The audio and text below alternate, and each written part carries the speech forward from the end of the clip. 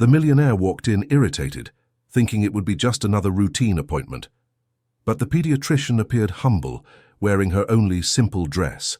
Her gaze carried something the millionaire did not expect, and the truth she hid would transform his daughter's life. The morning arrived as it always did at the Kensington penthouse, punctual and discreet, filtering through the wide windows that overlooked the financial district of Canary Wharf.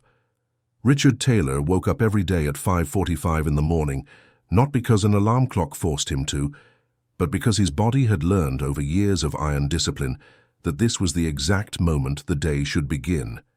15 minutes for stretching exercises in the living room, another 15 for a cold shower to banish any lingering sleepiness, and then 20 minutes dedicated to the breakfast prepared the day before by the housekeeper who came 3 times a week. Everything followed an invisible script, yet it was as solid as the concrete beams that supported the 52 stories of the building where he lived. Richard had built his fortune with his own hands, starting as an intern at a tech company in the early 2000s, when London was still getting used to the idea of startups and venture capital. He had climbed the ladder step by step, investing every spare penny, studying late into the night, turning down invitations to parties and weekends in the countryside. At 38, he was already the majority partner of one of the country's largest digital transformation consultancies, with clients on 4 continents and an immaculate reputation in the market. But none of that mattered as much as the 7-year-old girl sleeping in the room next to his, wrapped in pink sheets printed with unicorns, breathing softly as the city began to wake below. Laura was the reason Richard organized his days around measurable goals. Every revised spreadsheet, every compressed meeting, every report finished in the silence of the early morning had a clear purpose: to ensure the girl had everything she needed, not just in material terms, but in presence, attention, and a comforting embrace when life called for it.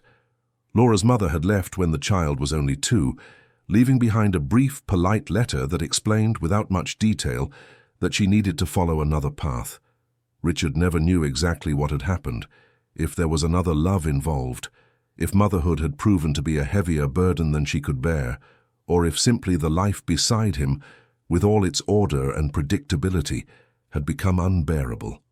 What mattered was that Laura had stayed, and he had learned to convert affection into routine. Her school schedule was always synchronized with his phone. Parent-teacher meetings, school plays, swimming competitions, everything was noted with the same rigor with which he scheduled international calls and pitches to investors. Richard had discovered that being a single father demanded an adaptability that no MBA could teach.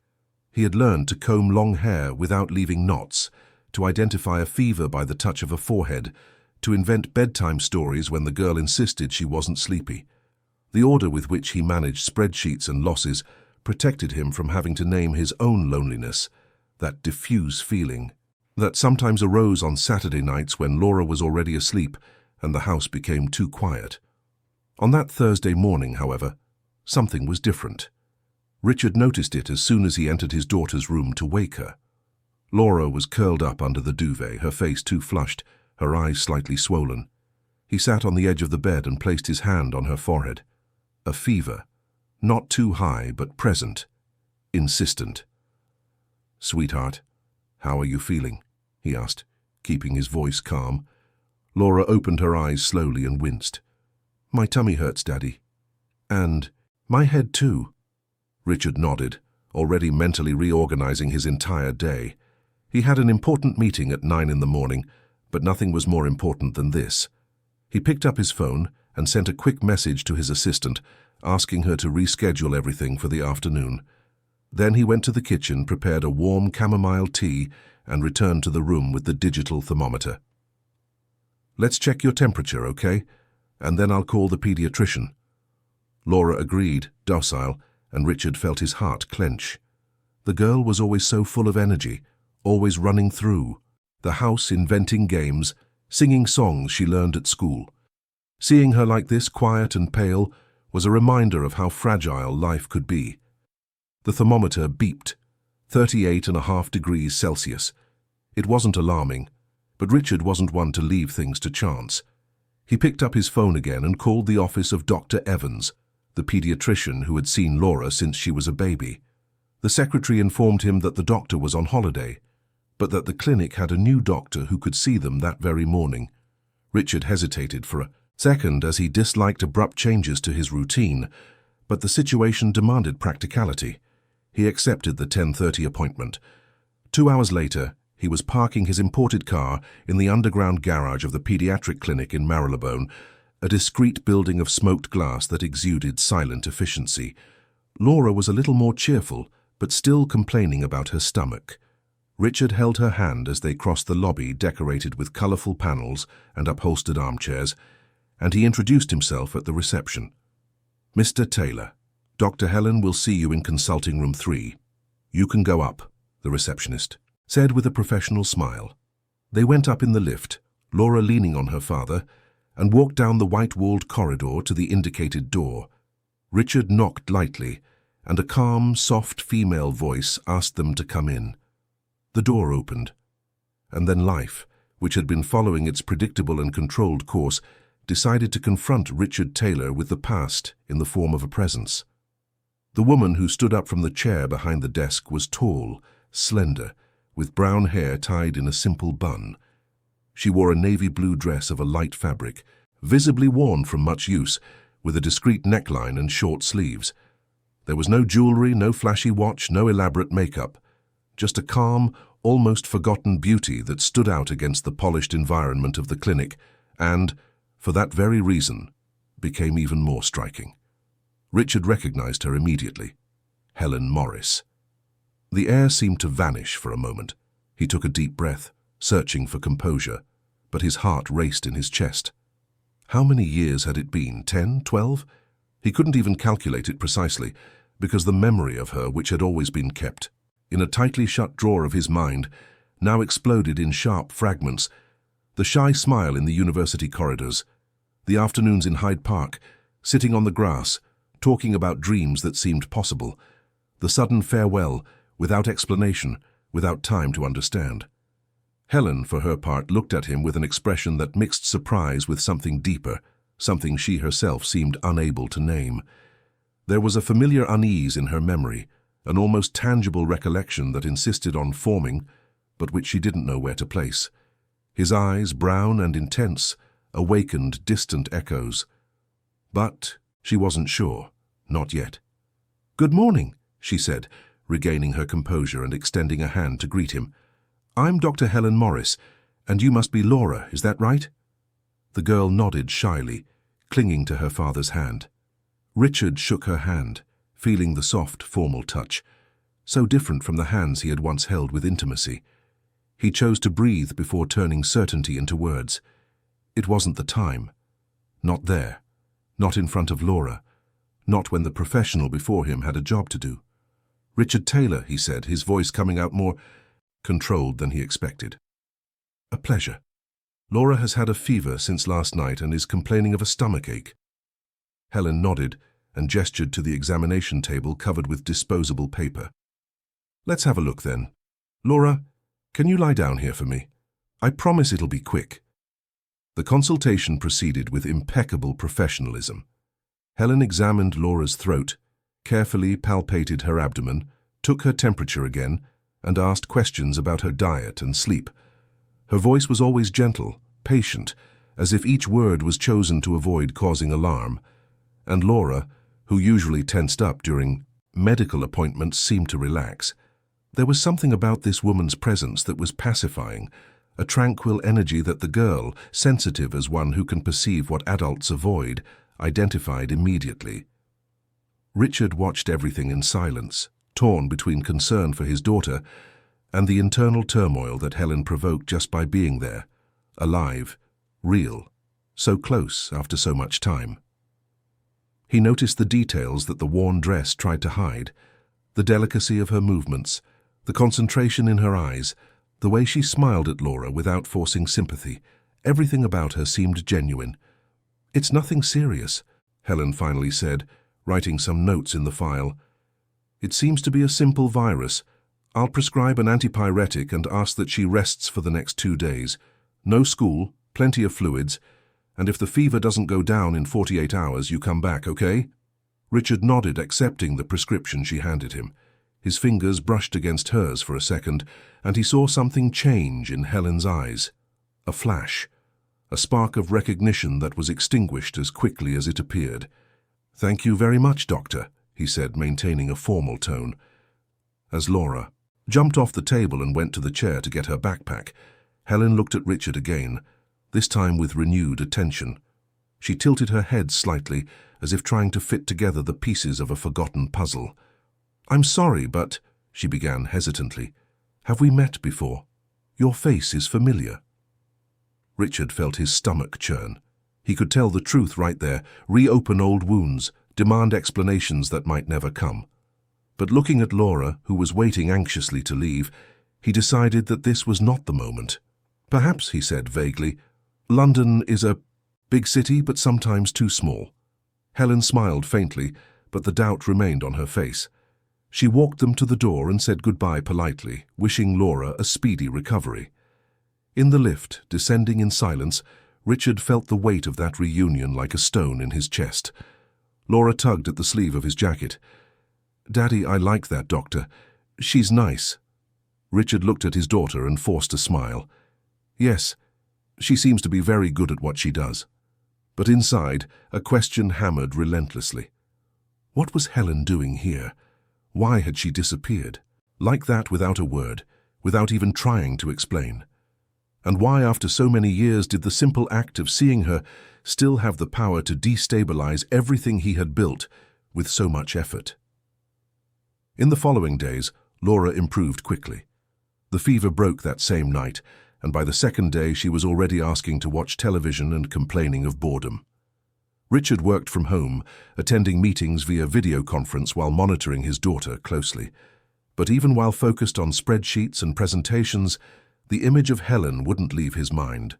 The simple dress, the distant look, the way she hadn't recognized him immediately, as if time had erased what was once so important. On Friday, following the doctor's recommendation, Richard scheduled a follow-up appointment to check if Laura was fully recovered. Part of him knew it wasn't necessary, that the girl was fine, but another part, more impulsive and less rational, wanted to see Helen again. He wanted to understand. The clinic was quieter this time. The receptionist directed them to the same room, and when the door opened, Helen greeted them with a smile that seemed warmer than at the first consultation. "Laura, what a joy to see you looking better," she said, crouching down to be at the girl's level. "How are you?" "Much better. My tummy doesn't hurt anymore, and I even did the homework I was behind on." Helen laughed, and the sound was soft like a forgotten melody. "I'm glad to hear that. I'll just have a quick look to make sure everything is all right, okay?" She repeated the basic procedures, checking her throat, temperature, and glands. Everything was normal. As she wrote in the file, Helen asked a few questions about Laura's routine, about school, about what she liked to do. The girl, always talkative, answered with enthusiasm, telling her about swimming lessons, her best friend, and the dog she wanted to get, but her father hadn't allowed yet. Richard watched the interaction attentively. There was something in the way Helen connected with Laura that went beyond professionalism. It was genuine, affectionate, and the girl, intuitive, was already showing a spontaneous affection for the doctor. "Everything's fine then," Helen said, stamping the file. "Laura is cleared to return to her normal activities, but if anything, any different sign, you come and see me, agreed." She handed him a card with the clinic's phone number, and handwritten on the back a mobile number. "I sometimes take a while to reply, but I promise I read all my messages," she explained, a little sheepishly. Richard took the card and put it in his pocket, feeling the symbolic weight of that gesture. A phone number, a bridge, a possibility. They said goodbye again, but this time, as he was leaving the consulting room, Richard hesitated. There was a coffee shop on the ground floor of the clinic building, and he saw Helen coming down the stairs a few minutes later now. Without her white coat, just in the navy blue dress and a fabric shoulder bag. He didn't plan it. He simply reacted. "Dr. Morris," he called out, holding Laura's hand. She turned, surprised. "Mr. Taylor, could we talk for a bit? Have a coffee? Laura can play in the children's area over there," he said, pointing to a corner decorated with toys that was visible from where they were. Helen hesitated, and for a moment Richard thought she would refuse, but then she looked at Laura, who was already pulling her father's hand towards the toys, and nodded. Of course, that would be nice. They settled at a small table by the window. Richard ordered 2 coffees and a juice for Laura, who was engrossed in building a tower of colourful blocks. The initial silence was uncomfortable, laden with unsaid words. It was Helen who broke the barrier. "I remember you now," she said, her voice low. "It took me a while, but on the night of the first consultation, I kept thinking. Richard Taylor, business school. We met in the 2nd semester at a lecture on entrepreneurship." Richard felt something unravel inside his chest. She remembered. "Yes," he said. "That was it?" Helen looked at her coffee cup as if seeking courage in the dark liquid. "I disappeared, didn't I? Just vanished. You must have been so confused." "I was," he admitted, without rancor. "I tried to find you. I sent messages, called, went to your house. Your parents said you had gone away, but they wouldn't give me any more details." Helen took a deep breath, and Richard realized this conversation was costing her as much as it was him. "It was a very difficult time," she began slowly. "My mother passed away suddenly. An aneurysm. She was fine. One day and the next she was just gone. My father couldn't cope with the loss. He started drinking, lost his job, and soon everything fell apart. My younger brother, Daniel, was only 12. Someone had to take responsibility, and I was the only one who could." Richard listened in silence, processing every word. "I dropped out of university," Helen continued. "I got a job in an NHS hospital as a nursing assistant, working night shifts to earn extra. During the day, I looked after Daniel, helped him with his schoolwork, tried to maintain some normality. There was no room for anything else. And she paused, swallowing hard. "I didn't want to drag you into that mess. You had a bright future ahead of you, Richard. You were just starting your internship, full of plans. I couldn't ask you to carry the weight that was my life at that moment." The confession fell between them like a revelation that explained years of silence.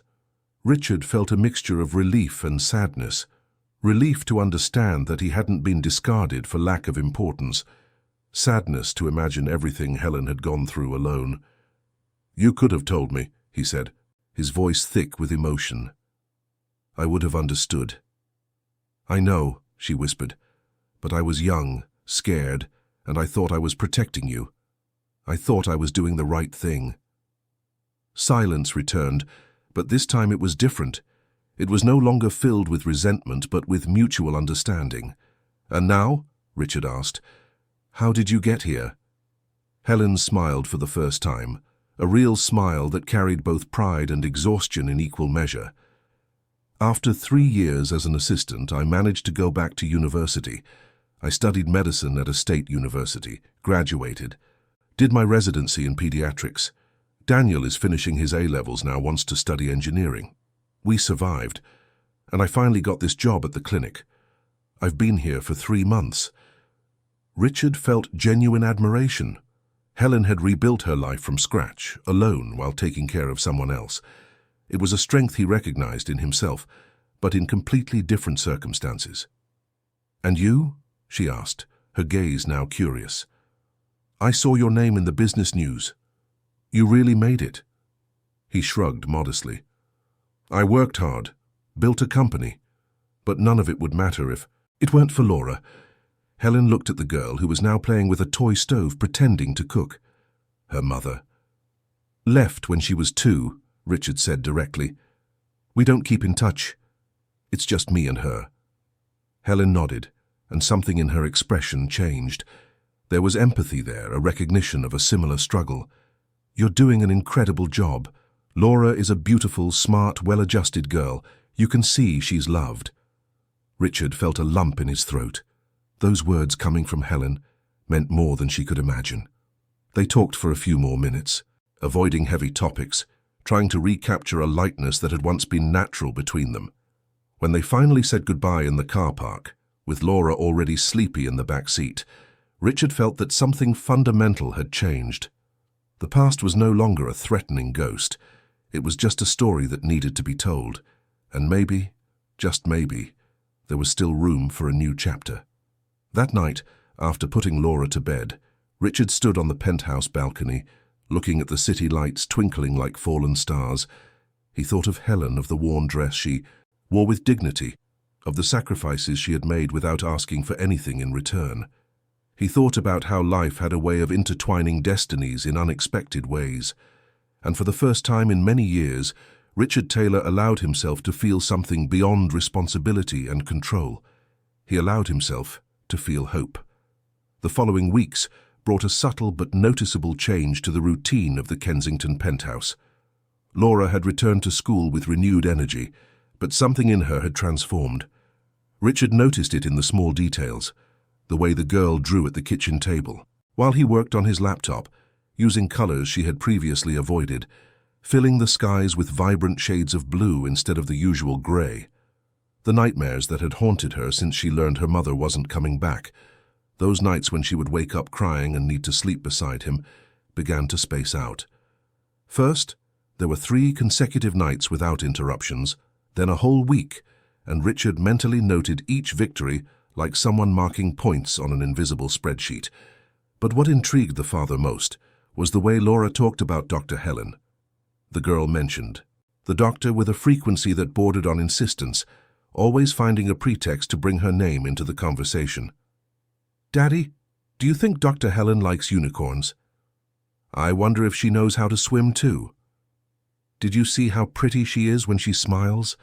Richard listened to it all attentively, torn between the relief of seeing his daughter attached to a positive female figure and the discomfort of realizing that it affected him in ways he preferred not to admit. One Wednesday afternoon, while picking Laura up from school, the girl got into the car with a worried expression. Richard adjusted the rearview mirror and asked what had happened. "Daddy, I'm afraid I'll forget Dr. Helen's face. It's been a long time since we went there." Richard felt his stomach knot. He knew exactly what his daughter meant, because he himself had been fighting the urge to find excuses to go back to the clinic. But faking illnesses would be irresponsible, and making an unnecessary appointment would seem desperate. "We could call her," he suggested cautiously. "Ask how she is." Laura brightened up immediately. "Can we really? Now?" Richard hesitated, but seeing his daughter's sparkling eyes, he gave in. He took his phone and dialed the number Helen had written on the back of the card. The phone rang 4 times before she answered, her voice a little breathless, as if she had been running. "Hello? Helen, it's Richard Taylor. Sorry to bother you." There was a brief pause and then her voice softened. "Hi, Richard. You're not bothering me. Is everything all right? Is Laura okay?" "Yes, she's great, actually. It's just that, well, she wanted to talk to you. If you have a minute." Of course, put her on." Richard handed the phone to Laura, who grabbed the device with both hands and started talking non-stop, telling her about a drawing she had made, about the science class where they learned about butterflies, about the math test she had aced. Helen listened patiently, asking questions, laughing at the right moments, and Richard watched in the rearview mirror, feeling something melt in his chest. It had been so long since Laura had shown that kind of spontaneity with anyone outside their immediate circle. When the call ended, Laura returned the phone with a wide smile. "She said we can go for a walk in the park on the weekend if you let me. Can we, Daddy? Please." Richard didn't know whether to be surprised or relieved. The proposal came from Helen, not him, which took away the pressure of seeming like he was forcing an approach. And if it was purely for Laura's well-being, it would be perfectly justifiable. "Of course we can," he replied. "I'll confirm the details with her." That night, after putting Laura to bed, Richard sent a message to Helen, thanking her for her attention and asking which day would be best. The reply came 15 minutes later, polite and direct. "Sunday morning, if that's not a problem. Daniel, my brother, would like to come too. He loves parks and we haven't been out together in a while." Richard read the message twice. Her brother. He remembered what Helen had told him at the cafe about the 12-year-old boy who must now be close to 18. The idea of meeting him brought an extra layer of complexity. but it also seemed inevitable. If Helen was a presence returning to his life, Daniel was part of that package. Agreed then. Hyde Park, 10 in the morning. Perfect. See you Sunday. Sunday dawned. Clear, with a blue sky that London rarely offered without reservations. Richard woke up earlier than necessary, took a long shower, changed his clothes 3 times before settling on a white polo shirt and jeans. Laura woke up excited, chose a yellow dress with white polka dots, and insisted on bringing her backpack with her colored pencils and drawing pad. They arrived at the park at 10 o'clock sharp and found Helen near the main gate. She was wearing the same navy blue dress, but this time with a light scarf around her neck and flat sandals. Beside her stood a tall young man with broad shoulders and a serious expression, his watchful eyes observing everything around him. Daniel had dark hair cut short, an angular face that resembled his sister's, and a posture that oscillated between shyness and suspicion. "Richard, Laura, good morning," Helen greeted, smiling. "This is Daniel." The young man nodded but didn't extend his hand. Richard noticed the calculated coldness and understood the message. Daniel was protective. He didn't trust strangers who suddenly appeared in his sister's life, especially wealthy men with a hazy history. "A pleasure, Daniel," Richard said, keeping his tone friendly but respectful. "Laura, Dare's dying to explore the whole park.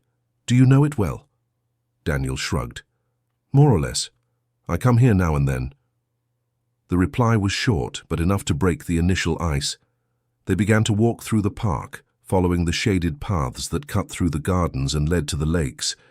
Laura pulled on Helen's hand, talking non-stop, and Helen listened with genuine attention, asking questions that encouraged the girl to continue.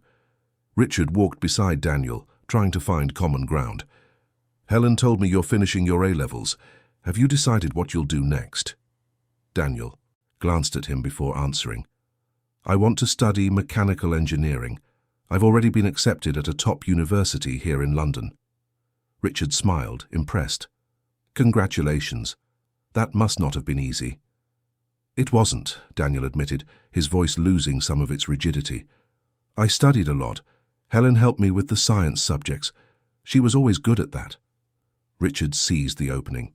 "She is amazing, always has been, ever since university." Daniel stopped walking and looked directly at Richard. His gaze was piercing, filled with an unasked question. "You knew her before?" Richard hesitated, but decided on honesty. "Yes, we dated for a while many years ago, but we lost touch. It was an unexpected reunion." Daniel nodded slowly, processing the information. Then he started walking again, but Richard noticed that something had changed. The young man was evaluating, measuring, deciding whether this was a threat or an opportunity. Further ahead, Laura asked to go to the playground, and Helen accompanied the girl, leaving the 2 men alone. Richard realized this was no accident. Daniel wanted to talk. "Look," the young man began, stopping near a bench under a tree. "I don't know what you want with my sister, but I'm going to tell you something. Helen has been through a lot. She sacrificed everything for me, you understand? University, her dreams, even the relationships she could have had. She worked nights at a hospital, sleeping 3 hours a night to pay for my lessons and make sure I had food on the table. So if you're just here because you feel sorry for her or because you want something, I'd rather you disappear now." Richard listened to every word without interrupting. When Daniel finished, he took a deep breath before replying. "I understand your concern, and I greatly respect what you're saying. I'm not here out of pity. I'm here because Helen has always been important to me, and because my daughter has grown attached to her in a way I haven't seen with anyone else. I won't promise that I know what will happen from here, because I'm trying to figure it out too, but I promise that I will respect her time, her priorities, and especially the 2 of you." Daniel stared at him for a long moment before nodding, still suspicious, but willing to give him a chance. "All right, but I'll be watching." Richard smiled faintly. "I would expect nothing less." They returned to where Helen and Laura were, now sitting on the grass, drawing in the sketchbook. Laura enthusiastically showed off a colorful unicorn, and Helen praised every detail with sincerity. The scene was so simple, so natural that Richard felt a pang in his chest. How long had it been since he had seen his daughter like this, relaxed, happy, without the shadows that used to inhabit her eyes? They spent the whole morning in the park. They ate popcorn bought from a street vendor, watched an impromptu magic show by a street performer, and fed the ducks in the lake. Daniel gradually relaxed, especially when Laura challenged him to a race to the water fountain, and he, laughing, accepted. Helen and Richard walked side by side in comfortable silence, watching the children run ahead. "She's different," Richard commented. "Laura, since she met you, she's changed." Helen smiled, but there was something sad in the gesture. Children feel it when someone truly cares. They don't need perfection, just presence. Richard nodded, but before he could reply, Laura came running back, pulling Helen by the hand. "Doctor, come see what I found." It was a butterfly perched on a flower, its orange wings beating slowly. Laura watched in awe, and Helen crouched beside her, explaining in a low voice about the life cycle of butterflies, about transformation, about how sometimes you have to leave the cocoon to fly. Richard listened to every word, perceiving in the subtext a larger message, a metaphor that Helen perhaps didn't even realize she was sharing. When they said goodbye late in the afternoon, around 4 o'clock, Laura hugged Helen tightly, making the doctor promise there would be other outings. Daniel waved at Richard with less coldness than, in the morning, a small but significant progress, and Helen, as she said goodbye, lightly touched Richard's arm, a quick gesture that carried more meaning than 1,000 words. On the way back home, Laura fell asleep in the back seat, exhausted and happy. Richard drove slowly, reflecting on the day. The concrete benefit of having Helen around was indisputable. Laura was flourishing. But for him, the man behind the father, it was a sweet, dangerous threat, because something intimate, carefully dormant, was stirring again.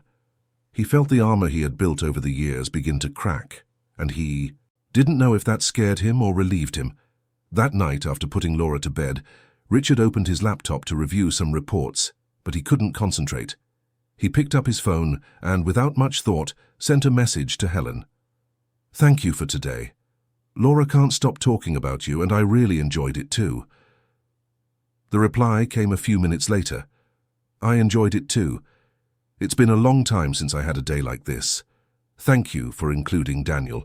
He's hard to open up, but I think he liked you." Richard smiled and typed back, "He protects you. It's beautiful to see." Helen took longer to reply this time, and when she did, the message was more personal. "He's all I have left of our real family. Sometimes I feel like I've failed him, you know, that I should have given more, done more. You gave everything you could, and look at the result. He's going to a top university, Helen. That's your achievement." There was a long pause, and then she replied, "Sometimes I forget that. Thank you for reminding me." They exchanged a few more messages, nothing deep, just comments about the day, about small details that had stood out. But there was an intimacy growing there, woven thread by thread, word by word, and they both sensed it. In the following days, their contact became more frequent. Helen would send pictures from the clinic, of a drawing a little patient had made for her, of a cup of coffee she had drunk on the run between appointments. Richard would reply with pictures of Laura doing her homework, of a sunset from the balcony, of a dish he had tried to cook that had turned out mediocre. They were simple every day, messages, but they created an invisible thread connecting two lives that had separated and were now trying to find each other again. Laura also wouldn't let the subject die. The girl would ask to call Helen at least 3 times a week, always with some news to share. And Helen, patient, would listen to everything, respond with affection, and ask questions. Richard realized this went beyond professional empathy. Helen genuinely cared, and that made him grateful and, at the same time, vulnerable. One Friday night, after a particularly exhausting week of meetings and tense negotiations, Richard received an unexpected message from Helen. "I know it's last minute, but Daniel is sleeping over at a friend's house tonight. I was thinking of ordering a pizza and watching something on TV. Do you and Laura want to come over?" Richard read the message twice, feeling his heart speed up. It was an informal, simple invitation, but laden with meaning. Helen was opening her home, her life, to them. And more importantly, she was doing it because she wanted to, not out of obligation. He went to Laura's room, where she was finishing brushing her teeth. "Sweetheart, Dr. Helen has invited us for dinner at her place. Do you want to go?" Laura's eyes widened and she jumped on the spot, almost dropping her toothbrush. "Really, Daddy, can we go? Please, please." Richard laughed. "Go pack a bag with your pajamas and toothbrush. We'll sleep there if it gets too late, okay?" Laura didn't need to be told twice. She ran off to pack her things, and Richard took the opportunity to reply to Helen. "Yes, we'll come. What time?" "Whenever you like. I'm home." Half an hour later, Richard was parking his car in front of an old building in Camden, a 4-story building with no doorman, with wooden window frames and a faded facade. Helen was waiting for them at the door of her second-floor flat, which was at the end of a narrow corridor lit by a fluorescent bulb that flickered occasionally. The flat was small, compact, but lovingly arranged. There was a room that served as both a living and dining area, with a 2-seater sofa covered by a crochet blanket, an old television on a wooden stand, and a round table pushed against the wall. The kitchen was open-plan integrated, with simple cabinets and a refrigerator that made a constant humming noise. There was no luxury, but there was life. Photos stuck to the fridge with magnets, books stacked in the corner of the room, a guitar leaning against the wall. Laura entered with wide, curious eyes, and Helen welcomed her with a hug. "Welcome to my humble home. It's not much, but it's ours." "It's great," Richard said sincerely. "It has soul." Helen smiled, seeming relieved. She ordered the pizza over the phone, and while they waited, the three of them sat on the sofa. Laura wanted to know everything: where Helen slept, where Daniel's room was, if she also liked to draw.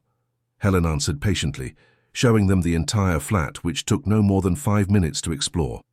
When the pizza arrived, they ate in the living room, with plates on their laps, watching an animated movie that Laura chose. The girl snuggled between the two adults, and at some point around 10 o'clock at night, she fell asleep with her head in Helen's lap. Richard looked at the scene and felt something solidify within him. This was what was missing. Not the money, not the success, not the impeccable order of the penthouse. It was this simplicity, this human warmth, this sense of belonging. Helen noticed his gaze and whispered so as not to wake Laura. "She's very special." "Yes," Richard agreed, his voice low, "and I think she sees you as someone special too." Helen looked away, a little embarrassed. "I've grown attached to her. I shouldn't have, professionally speaking, but I have." "There's nothing wrong with that," Richard assured her. "In fact, it's all I could have wanted." They sat in silence for a while, just listening to Laura's quiet breathing and the distant sound of traffic outside. Helen broke the silence with a question that seemed to have been stuck for days. "Richard, why did you never try to find me? After I disappeared, I mean.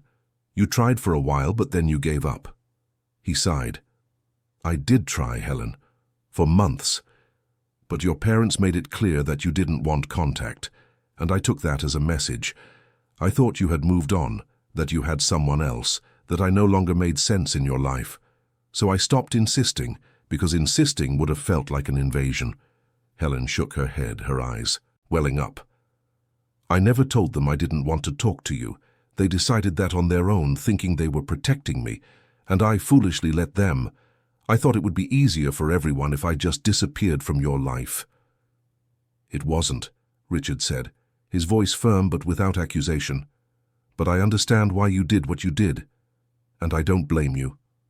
Helen wiped away a tear that escaped and smiled sadly. "We lost a lot of time, didn't we?" "We did," he admitted, "but maybe we have a chance to get it back. Now."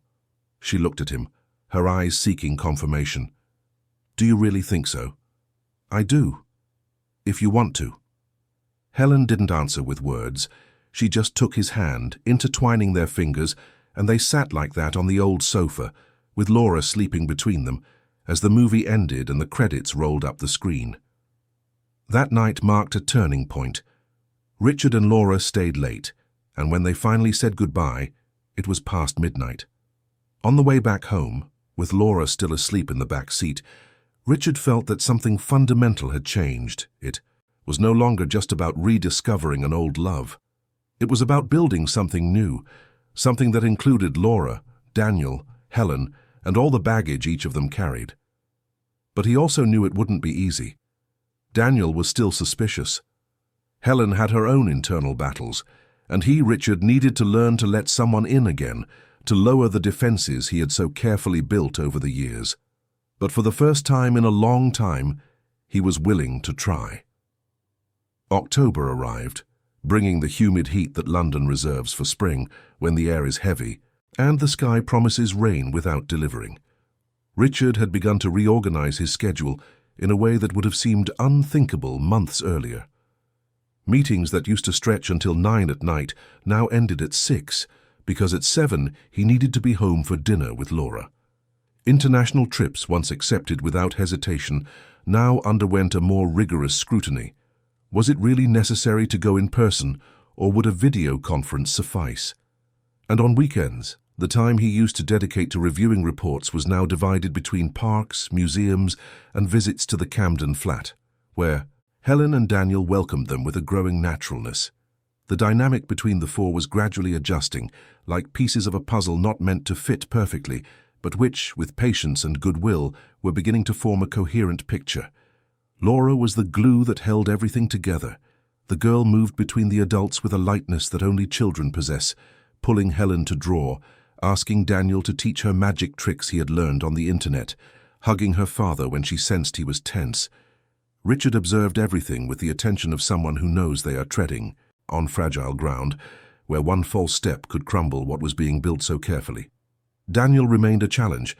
The young man was not hostile, but he maintained a calculated distance, a formal courtesy that made it clear that trust had not yet been earned. He participated in family outings, but always peripherally, sitting a little apart, answering questions with polite monosyllables, leaving early with the excuse that he had university work to catch up on. Richard respected his space and did not force an approach. He knew that Daniel needed time, concrete proof that this was not a passing whim, a phase that would disappear as soon as the initial interest cooled. It was on a Saturday afternoon during lunch at Helen's flat that Richard began to better understand the extent of Daniel's protection. Helen had prepared a simple pasta dish, and the four were sitting at the round table in the living room, chatting about various topics, when Laura accidentally knocked over her juice glass, which spilled onto the tablecloth and dripped onto the navy blue dress Helen was wearing.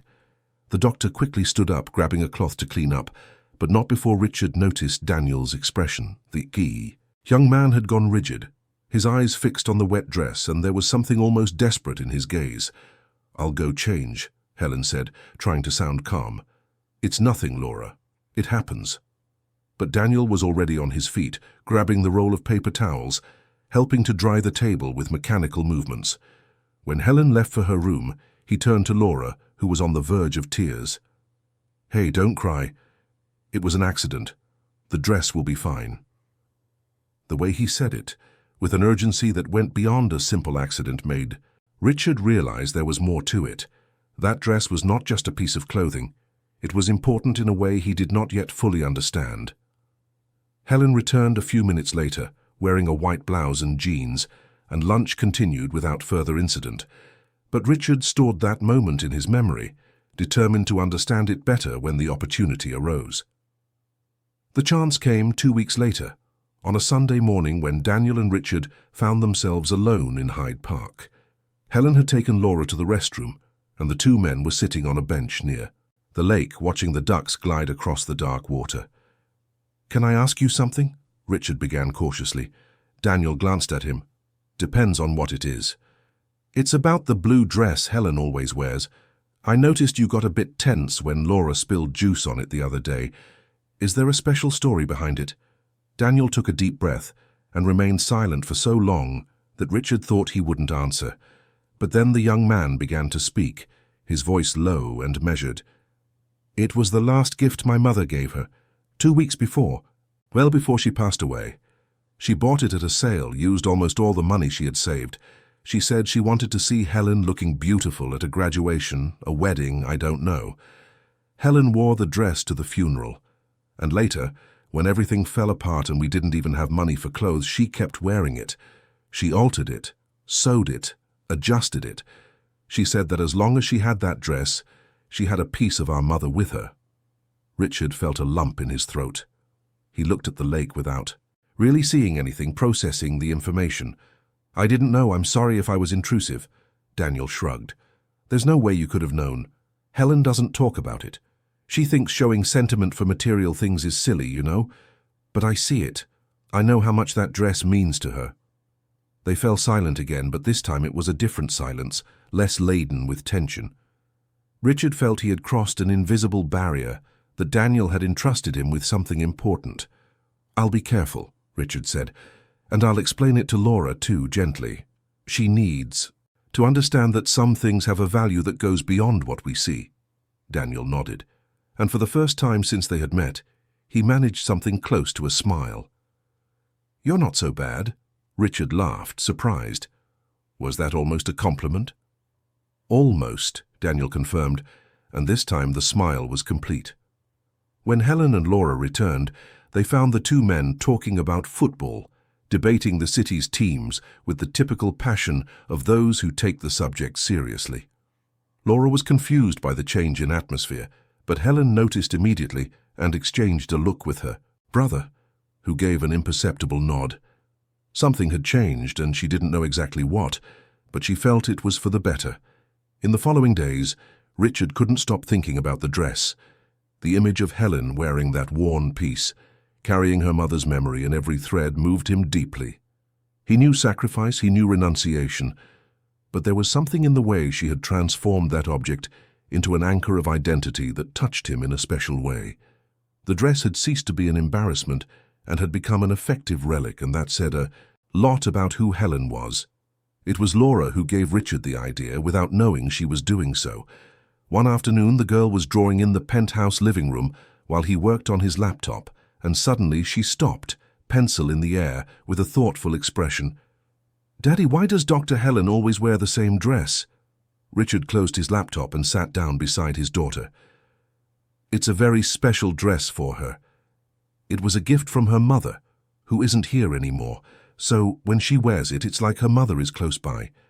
Laura processed the information, her eyes wide. "Like that bracelet you gave me, that was my mum's." "Exactly like that," Richard confirmed. "They are things that hold good memories." Laura was quiet for a moment, and then she said something that made Richard freeze. "We could take better care of her dress, like take it to a good seamstress, one of those who work magic, to make it last longer." Richard looked at his daughter with a mixture of pride and astonishment. Laura was only 8, but her sensitivity was sometimes surprising. "You know, that's a very beautiful idea. But we would have to do it without Helen knowing, because otherwise she would be embarrassed. She would think we think she needs help." Laura thought for a second. "So we'll make it a surprise. We'll borrow it, fix it, and return it." Richard smiled, but he knew it wouldn't be that simple. Taking the dress without Helen noticing would be complicated, and there was the risk that she would misinterpret the gesture, think it was charity, and be offended. But the more he thought about it, the more the idea made sense. Not as charity, but as a gesture of care, of acknowledging the importance of that symbol. He spent the next few days planning. He would need Daniel's help, that was certain. Without the brothers' complicity, the plan wouldn't work, and he would need to find a trustworthy seamstress, someone who understood that this was not just a service but a delicate mission. The opportunity arose on a Thursday, when Helen mentioned she had a long shift at the NHS hospital where she still volunteered once a month. She would leave home at 6 in the morning and only return late in the afternoon. Richard called Daniel as soon as he hung up with Helen. "I need your help with something," he said directly. "It's about the dress." Daniel hesitated, but then asked, "What do you want to do?" Richard explained the plan. "Take the dress on the morning of her shift. Take it to a seamstress specializing in restoring vintage pieces. Add an invisible reinforcement to the lining, adjust any fragile seams, and return it before Helen got back. All without fanfare, without turning it into a heavy favor. Just a gesture from someone who understands the symbolic value of things." Daniel was silent for so long that Richard thought he would refuse. But then the young man said something that surprised him. "I've thought about that too. about taking the dress to be repaired, but I never had the spare money, and I was afraid Helen would find out and get angry. If you're willing to pay for it, I'll help. But it has to be discreet. She can't think we're feeling sorry for her." "It's not pity," Richard assured him. "It's care. It's respect." "Okay, I'll get the dress." On the agreed morning, Daniel took the dress from Helen's wardrobe while she was at the hospital. He put the garment in a discreet bag and met Richard at a cafe near Camden Town Station. They went together to the studio of a seamstress Richard knew from Mayfair, a 70-year-old woman named Mrs. Olivia, famous for restoring old wedding dresses and clothes with sentimental value. Mrs. Olivia examined the dress with the attention of someone reading a precious book.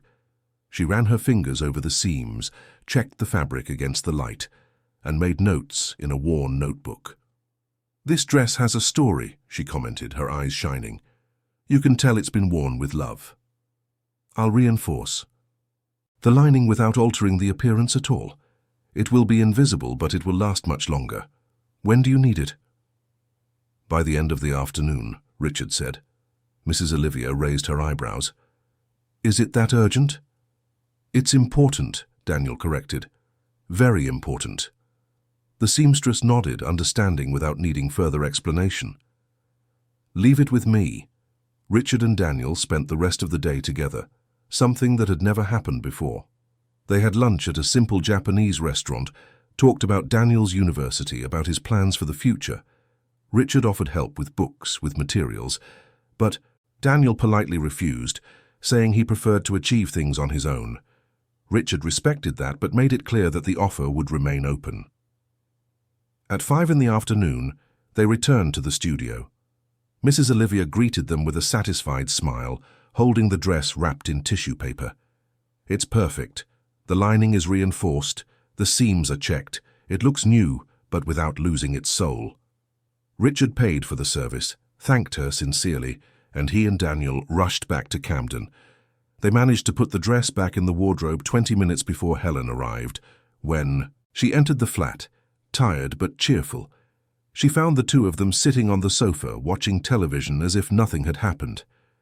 "Hi, guys. What did you do today?" "Nothing much," Daniel replied casually. "Richard and I had lunch, talked about a few things." Helen looked from one to the other, surprised. "Really?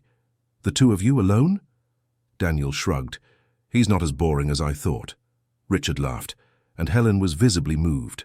She hugged her brother tightly and then hugged Richard, and in that simple gesture there was gratitude, relief, and something deeper that neither of them was ready to name yet. It was only the following week that Helen noticed the difference in the dress. She put it on to go to a meeting at the clinic, and while adjusting the fabric, noticed that the lining felt different, firmer, newer. She examined the seams with growing attention and discovered small, almost invisible stitches, the work of someone who knew exactly what they were doing. She stood in the middle of her room, holding the dress in her hands, trying to understand. Daniel passed by in the corridor and she called him. "Daniel, come and see." "This?" The young man entered the room, feigning innocence. "What?" "The dress. Someone has repaired it. Do you know anything about this?" Daniel sighed, knowing there was no point in lying. "It was Laura's idea, actually, but Richard and I carried it out. We just wanted it to last longer. It wasn't out of pity, it was out of care, because we know how important it is to you." Helen sat on the edge of the bed, her eyes welling up. She held the dress against her chest and took a deep breath, trying not to cry. "You didn't have to." "We know," Daniel said, sitting beside her, "but we wanted to." Helen hugged her brother, and they stayed like that for a long moment, in silence. Then she took her phone and sent a message to Richard. "I found out what you did. Thank you, truly. Thank you." The reply came in seconds. "No need to thank me. You deserve to be taken care of too." Helen put her phone away and looked at the dress again. The symbol born of lack now returned transformed, not just by the reinforced stitching but by its renewed meaning. It was no longer just a memory of her mother. It was also a pact of belonging, proof that she was no longer alone in carrying the weight of the world. That night, after Daniel had gone to bed, Helen stayed up in the living room. the dress laid out on the sofa beside her. She thought about everything that garment had witnessed, her mother's smile as she gave it to her, the silent funeral, the night shifts at the hospital, the repairs made by hand, sitting on the floor of the flat, sewing by the light of a dim lamp, and now this gesture from Richard and Daniel, returning the dress renewed, as if to say that her story mattered, that her symbols deserved to be preserved. She picked up her phone again and called Richard. He answered on the second ring, his voice hoarse, as if he was almost asleep. "Hi, is everything okay?" "It is," she said. "I just wanted to hear your voice. I wanted to tell you that it's been a long time since I felt like this. Cared for. Seen." Richard sat up in bed, fully awake now. "You've always taken care of everyone, Helen. It was time someone took care of you." She smiled, even though she knew he couldn't see it. "Daniel liked you today, for real, not just to be polite. I liked him too. He's a good kid. You did an incredible job." They talked for another hour, about small things and big things, about the past that still hurt, and the future that was beginning to take shape. When they finally hung up, it was past midnight, and they both felt that something fundamental had solidified. It wasn't just attraction, it wasn't just nostalgia. It was construction. It was a conscious choice to be present, to invest, to risk. In the following weeks, the dynamic continued to evolve. Daniel began to accept invitations for dinner at the Kensington penthouse, where he was impressed by the size of the flat, but never in an envious way, just curious. Laura started calling Helen Auntie, an informal title that the doctor accepted with joy, and Richard gradually began to realize that the armor he had built over the years was no longer intact. Helen was entering through the open spaces, through the cracks, with her gentle yet firm presence, but not everything was simple. The visits became more formal when there was external tension. Daniel had important exams at university and became more withdrawn, less available. Helen dealt with difficult cases at the clinic, sick children who left her emotionally exhausted. And Richard faced pressures at work, complicated decisions that tested his principles. They learned to navigate these tides together, respecting the silences, offering presence without demanding explanations. And with each small gesture, the trust solidified a little more. It was on a November afternoon, with Laura at school and Daniel studying in the university library, that Richard and Helen found themselves alone for the first time in weeks. They arranged to meet for coffee at the same place where they had first talked after their reunion and sat at the same table by the window. "It feels like a long time ago," Helen commented, stirring the sugar in her coffee. "But it was only a short while ago," Richard observed. "Funny how you lose track of time when things are intense." Helen smiled. "Intense is a good word. I wake up in the morning and sometimes I have to remind myself that all of this is real, you know. That you came back, that Laura exists, that Daniel is no longer alone with me carrying everything. You were never alone, Helen. You always had Daniel, and now you have us too." She looked at him, her eyes shining. "I'm scared," she confessed. "Scared that this is too good, that something will go wrong and I'll lose everything again." Richard took her hand across the table firmly. "I can't promise it will be perfect, but I promise I won't disappear. Not again." Helen squeezed his hand back, and they sat like that, connected. As the coffee grew cold and the world outside continued to turn unhurriedly, when they left the cafe, the sun was already setting, painting the sky in shades of orange and pink. Richard walked Helen to the bus stop, and before she boarded, he gently pulled her into a hug. It was a long, silent embrace that said everything words could not. And at that moment, standing on the busy London pavement, Richard knew there was no turning back. He was completely surrendered to this, whatever it was they were building together. And from the sparkle in Helen's eyes as she got on the bus and waved through the window, he knew she felt the same. December arrived with that typical hustle and bustle that turns London into an even more frantic city, where everyone seems to be racing against the clock to end the year with a sense of accomplishment. The streets filled with Christmas decorations. The shopping centres played repetitive songs that stuck in your head, and there was an invisible pressure in the air, as if the calendar were demanding resolutions and balance sheets. For Richard, that month began with a series of meetings that stretched late into the night, tense negotiations with international investors who wanted impossible results on unrealistic deadlines. He would come home exhausted, but still find the energy to have dinner with Laura, help her with her homework, and exchange messages with Helen until late at night. Helen, for her part, was facing her own marathon. The pediatric clinic where she worked was undergoing a restructuring, with the board looking to expand services and hire new professionals. She found herself involved in administrative meetings, something that had never been her strong suit, but which now required her active participation. There was also an increase in the number of patients, a reflection of the reputation she was beginning to build. Mothers specifically requested her, recommended her to other mothers, and gradually the name Helen Morris became synonymous with attentive care and technical competence. It was on a Monday morning, while reviewing patient files between appointments, that Helen received an email that would change everything. The sender was an international public health organization based in Geneva, which coordinated maternal and child health programs in developing countries. They had received her recommendation through one of the volunteer doctors she had worked with years before at the NHS hospital, and they were impressed with her CV.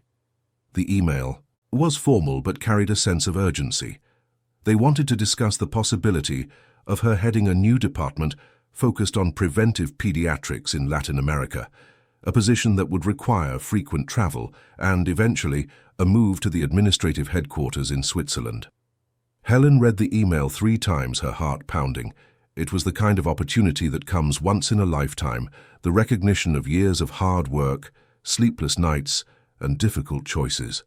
But at the same time, it was also a concrete threat to everything she had begun to build in London. Daniel was finishing his first year of university, finally stable with friends and a healthy routine. Laura already called her auntie and depended on her emotionally in a way that went far beyond the professional.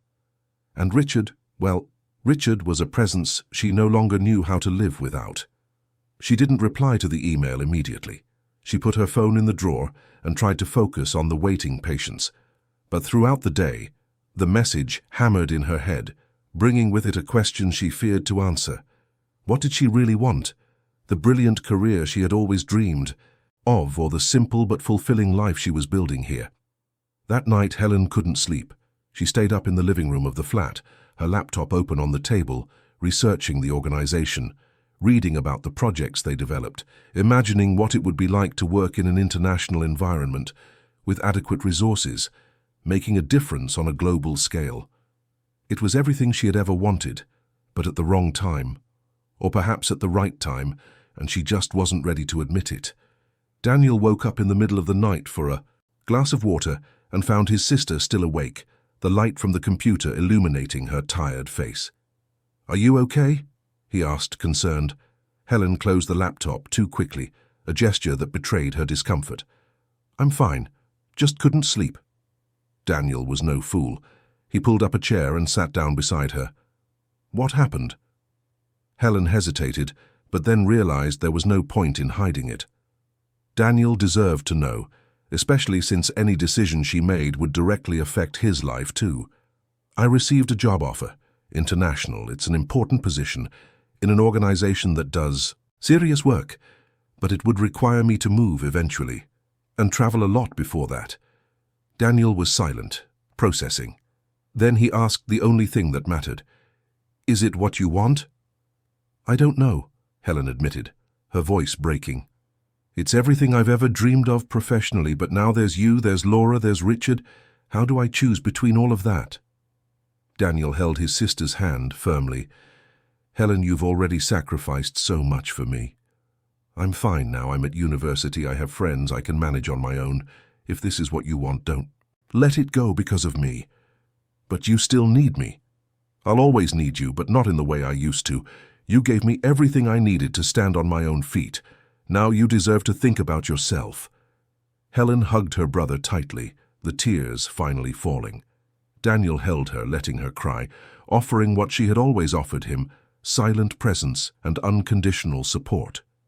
When they separated, Helen wiped her face and gave a weak smile. I need to think. I'm not going to decide anything right now. But the urgency of the offer didn't allow for much time.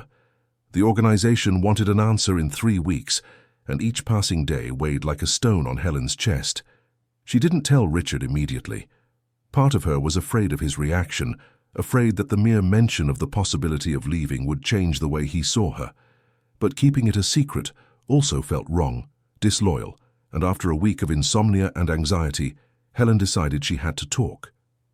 They arranged dinner at a discreet Italian restaurant in Notting Hill, a small place with wooden tables and lit candles. Laura was with Daniel, at the flat, watching a movie, and for the first time in weeks Richard and Helen would have time to talk without interruptions. Richard noticed immediately that something was different. Helen was tense, fidgeting with her napkin, avoiding his gaze. He waited until she had poured the wine and taken a sip before asking, "What's going on? You seem off." Helen took a deep breath, mustering her courage. "I received a job offer. It's an international position, heading a preventive pediatrics department in a large organization. It would be an incredible opportunity, but it would require me to move to Switzerland eventually, and before that, constant travel around Latin America." Richard felt as if the floor had disappeared from under his feet. He forced a neutral expression, trying not to let the panic he felt show.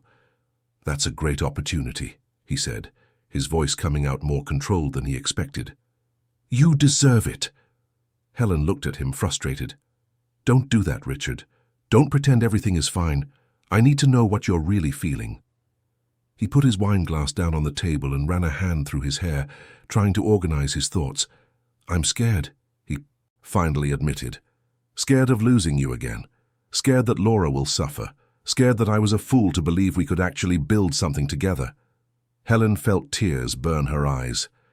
"I'm scared too. Scared of making the wrong choice. Scared of spending the rest of my life wondering if I made the right decision." They sat in silence, the weight of the conversation hanging over the table like a dark cloud. It was Richard who spoke first. "I can't ask you to stay. It wouldn't be fair, but I'm also not going to pretend it won't hurt if you go. And what if I stay and one day I regret it? What if I look back and think about everything I passed up?" Richard reached his hand across the table, holding hers. "I don't know the answer, Helen, but I know that whatever decision you make, I will respect it, even if it destroys me inside." His brutal sincerity broke Helen's last resistance, and she let the tears fall freely. They finished their dinner in silence, each lost in their own thoughts, trying to understand how something that had seemed so right had suddenly become so complicated. While Helen dealt with the international offer, Richard was facing his own demons. An administrative decision he had made months earlier, involving cutting contracts with suppliers who did not meet ethical standards, had come back to haunt him publicly. One of the affected suppliers decided to leak distorted information to the press, accusing Richard's company of anti-competitive practices and mass layoffs. It wasn't true, but the lie gained traction on social media before he could adequately defend himself. Suddenly, Richard Taylor, the respected businessman, became the target of fierce criticism. Sensationalist articles appeared on news websites with headlines like, "Tech Magnate sacks employees amidst crisis." The comments on social media were cruel, full of people who didn't even know the facts but had a firm opinion.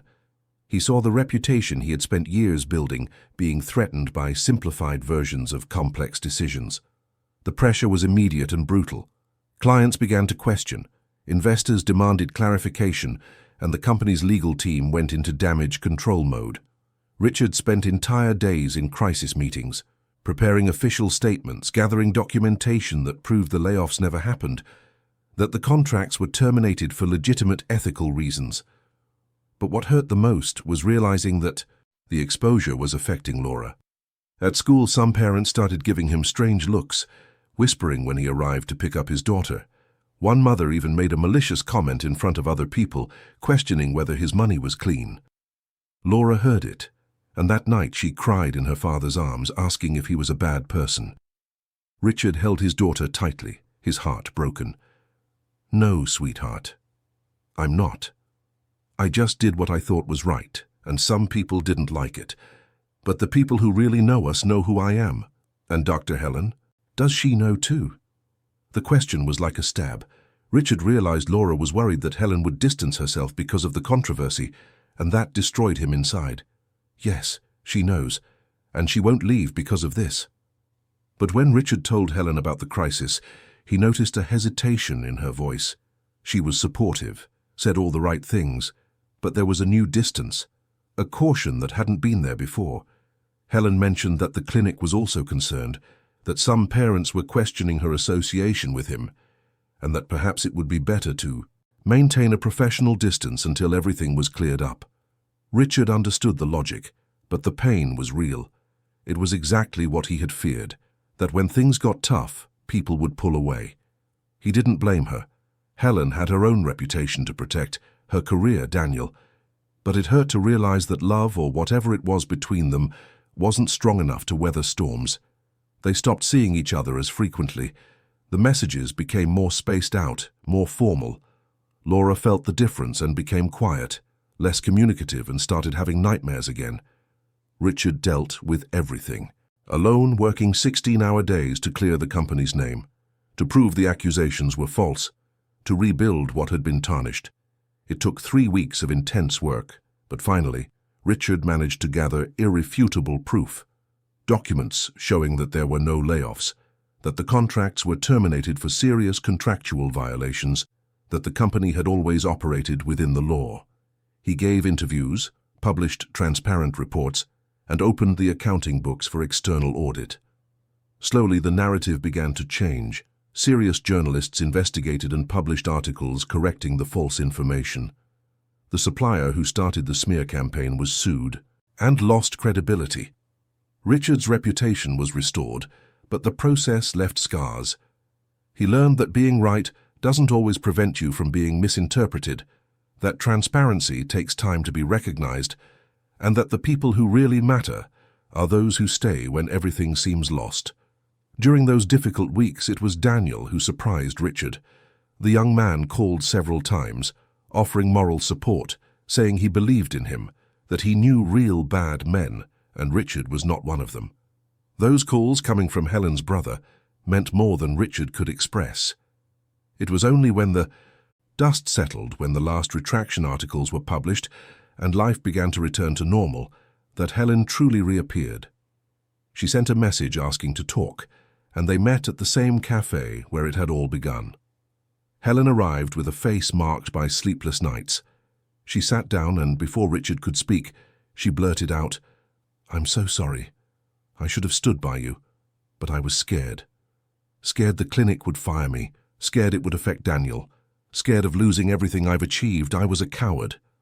Richard listened to her in silence without interrupting. "I don't deserve your forgiveness," she continued, her voice thick with emotion. "But I need you to know that I hate myself for what I did.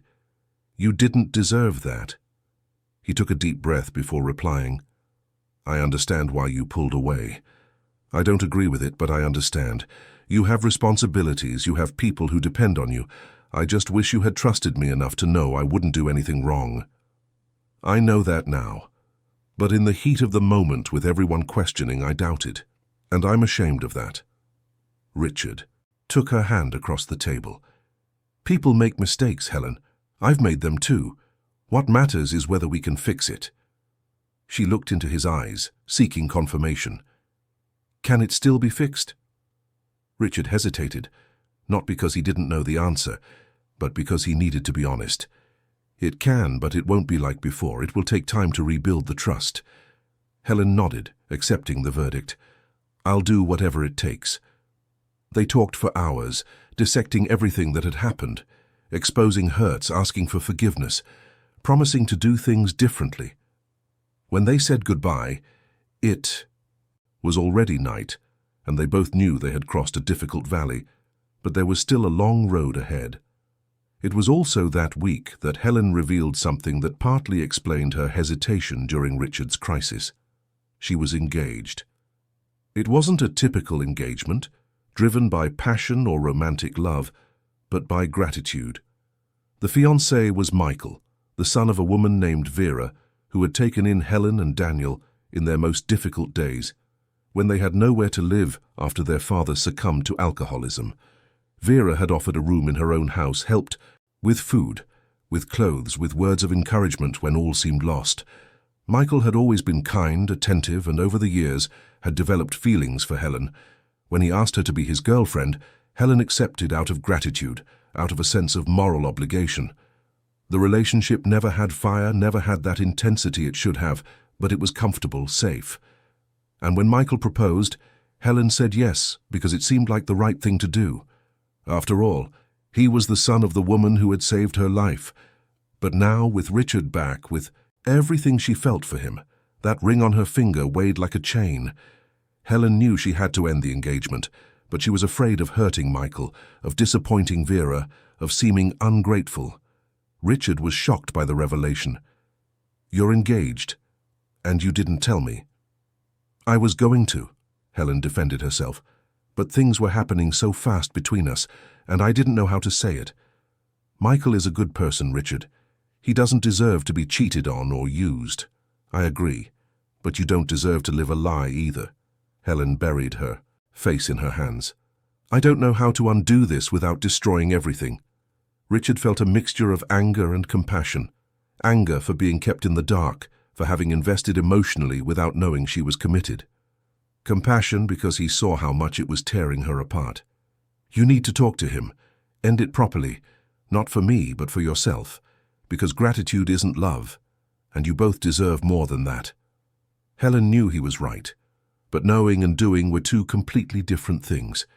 It took another week for Helen to gather the courage. She arranged dinner with Michael at a quiet restaurant, and with a heavy heart she told him the truth. She explained that she loved him as a friend, that she was grateful for everything he and his mother had done, but that she couldn't continue pretending this was a real marriage. Michael listened in silence, and in the end he surprised Helen. "I always knew," he said, his eyes sad but understanding. "I always knew you didn't love me that way, but I hoped that with time you would learn to. I see now that was never going to happen." "I'm sorry," Helen whispered. "I never wanted to hurt you. I know, and that's why I'm going to let you go, because you deserve to be happy, even if it's not with me." They said goodbye with a long hug, and Helen left the restaurant feeling simultaneously relieved and devastated. Ending the engagement was the right thing to do, but that didn't make it any less painful. When she told Richard, he held her tightly, letting her cry on his shoulder. There was no judgment, no demands, just presence. With the engagement over and his reputation restored, Richard and Helen could finally breathe. But there was still the international offer hanging over them like a sword about to fall. Helen had less than a week to give her final answer, and she still didn't know what to do. It was Laura who unknowingly helped Helen decide. One afternoon, the girl asked if Auntie Helen was going away, and when Helen tried to explain that she might have to travel for work, Laura started crying desperately. "You promised you wouldn't go away. Everyone goes away. My mommy went, now you're going too." Helen hugged the girl tightly, her heart broken. "I'm not going away, sweetheart, I promise." And at that moment, saying those words to Laura, Helen realized she had already made her decision.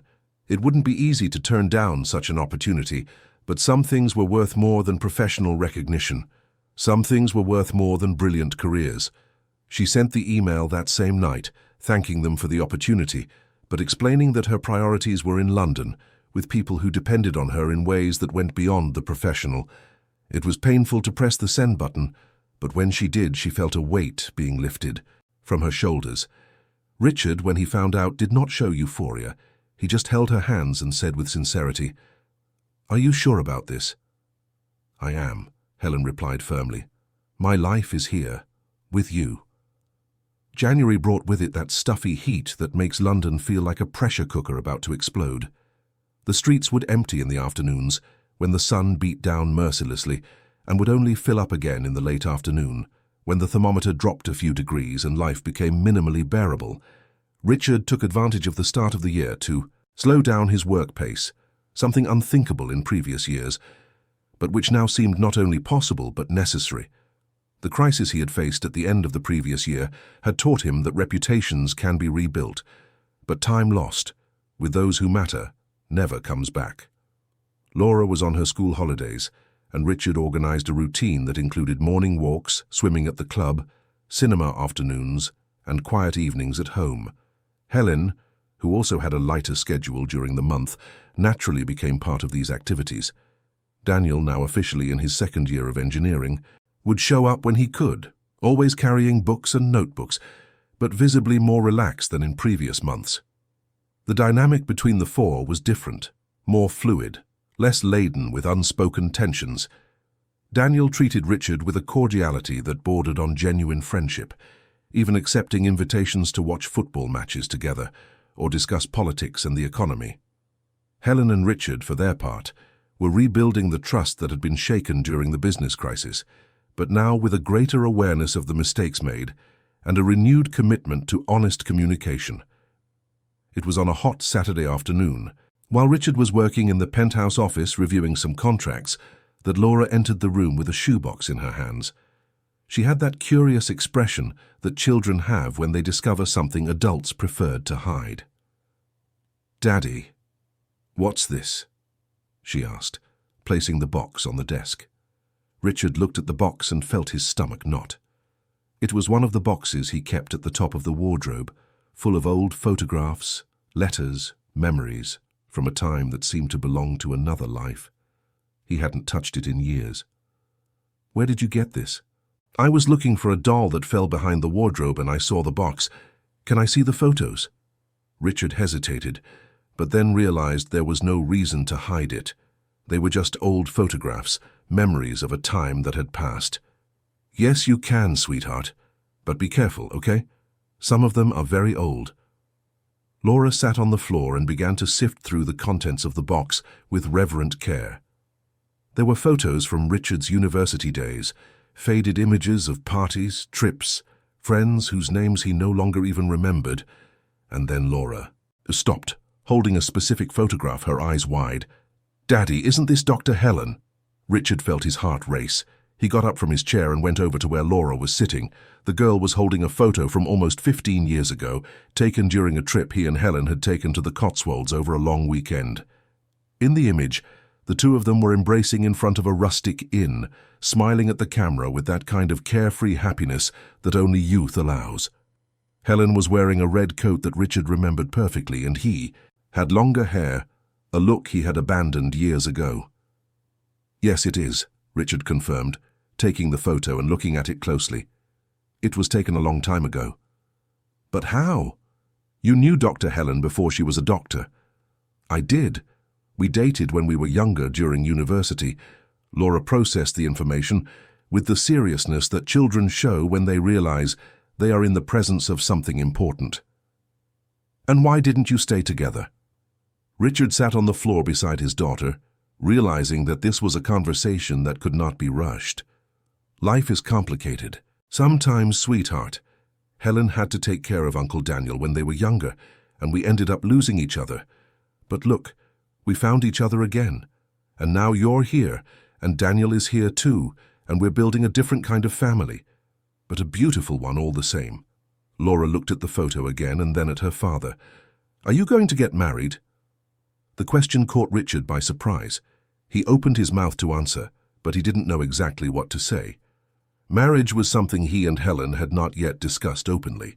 There was love, there was commitment, but they both carried scars that made them cautious about making promises that were too big.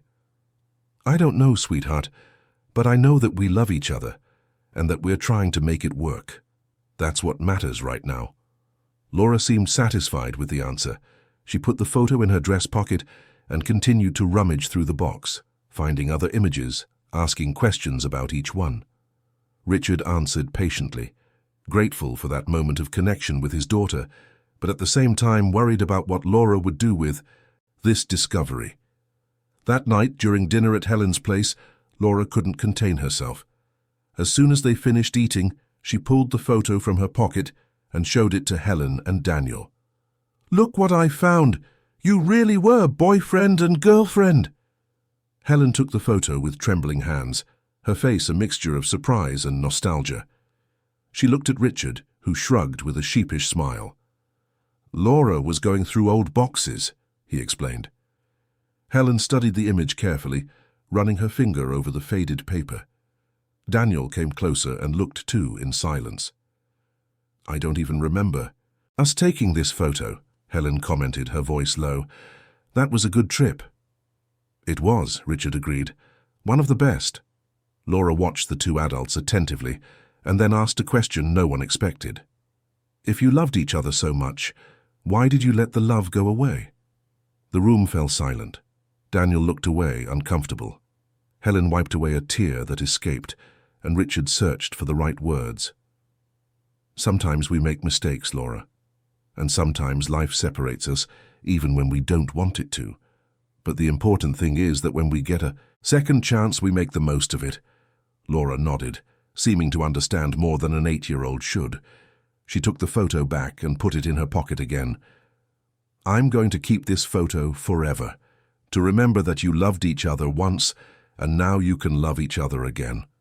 No one knew what to say. The innocence and wisdom mixed in Laura's words touched everyone there in different ways. Helen stood up and hugged the girl tightly, and Richard saw in her eyes a silent promise. "We won't mess this up again." In the following days, Laura became a sort of mini-Cupid. The girl would create situations for Richard and Helen to be alone, suggest outings to romantic places she researched on the internet, and draw cards with hearts and messages encouraging the two to date for real. It was both funny and moving to see the child so invested in the happiness of the adults around her. Daniel, observing everything, commented to Richard during one of these casual encounters. "Laura is determined to get you two together, huh?" Richard laughed. "She's persistent. She gets it from me." Daniel was serious for a moment, and then said something that was surprising. "You know, it took me a while to accept you. I thought you were going to hurt Helen again, that it was just a whim, that you'd get tired and leave. But I see the way you look at her, and the way she looks at you. It's different. It's real." Richard felt genuine gratitude. "Thank you for trusting me. I know it wasn't easy." "It really wasn't," Daniel admitted. "But you've proven you deserve it. And more importantly, Helen is happy. I haven't seen her like this in years. It was the blessing Richard didn't know he needed." Having Daniel's approval, even if belated, meant that the family they were trying to build had solid foundations. The month of January also brought moments of professional reflection for Helen. Turning down the international offer had been the right decision for her personal life. But professionally, she felt she needed to do more, to expand, to grow. It was during a meeting at the clinic that an opportunity arose. The board was looking for someone to coordinate a new integrated care program, focusing not only on treatment, but on prevention and family education. It was a leadership position that wouldn't require moving, but would give Helen the chance to influence health policies on a regional scale. Helen applied, and after weeks of interviews and presentations, she was chosen. The news came on a Friday afternoon, and she called Richard immediately, her voice vibrating with emotion. "I got it! They're giving me the program coordination." Richard felt genuine pride. "Congratulations, love. You deserve every second of this." That night was a celebration. They gathered at Helen's flat with Daniel preparing a lasagna, Laura decorating the table with drawings, and Richard bringing a bottle of good wine. They toasted to the future, to achievements, to second chances. And for the first time in a long time, everyone there felt they were exactly where they were supposed to be. It was on the last weekend of January that life decided to test the resilience of this budding family once again. Richard had planned a picnic in Regent's Park, complete with a basket of cold cuts, fruits, juices, and an entire afternoon dedicated to leisure. Helen, Daniel, and Laura had enthusiastically confirmed their attendance, and on Sunday morning they all met at the park entrance. The day started perfectly. They found a shady spot near the lake, spread a large blanket on the ground, and spent hours talking, laughing, and playing frisbee. Laura was teaching Daniel how to make bead bracelets, while Richard and Helen lay on the grass, watching the clouds and exchanging knowing glances. But around 3 in the afternoon, the sky began to darken rapidly. Heavy, dark clouds gathered in the blink of an eye, and the wind changed direction, bringing with it the smell of imminent rain. Richard looked at the sky with concern. "I think we should pack up. It's going to rain hard." He had barely finished the sentence when the first drops began to fall.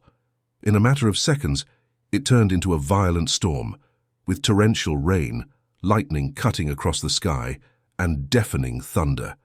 They ran to the car park, but they were already soaked by the time they reached the cars. "You can't drive home in this rain," Richard shouted over the noise of the storm. "Come to my flat. It's close. You can wait for the rain to pass there." Helen hesitated for a second, but another deafening thunderclap convinced her. She and Daniel got into Richard's car, and together they headed for the Kensington penthouse, driving slowly through the flooded city. When they arrived at the building, everyone was wet and shivering, more from the shock than the cold. Richard welcomed them with clean towels, borrowed dry clothes, and the promise of hot tea. Laura was excited by the unexpected adventure, running through the house showing everything to Daniel, who observed the luxurious flat with an unreadable expression. Helen accepted a fluffy bathrobe and went to take a hot shower in the ensuite bathroom. When she came out, she found Richard in the kitchen making hot chocolate for everyone.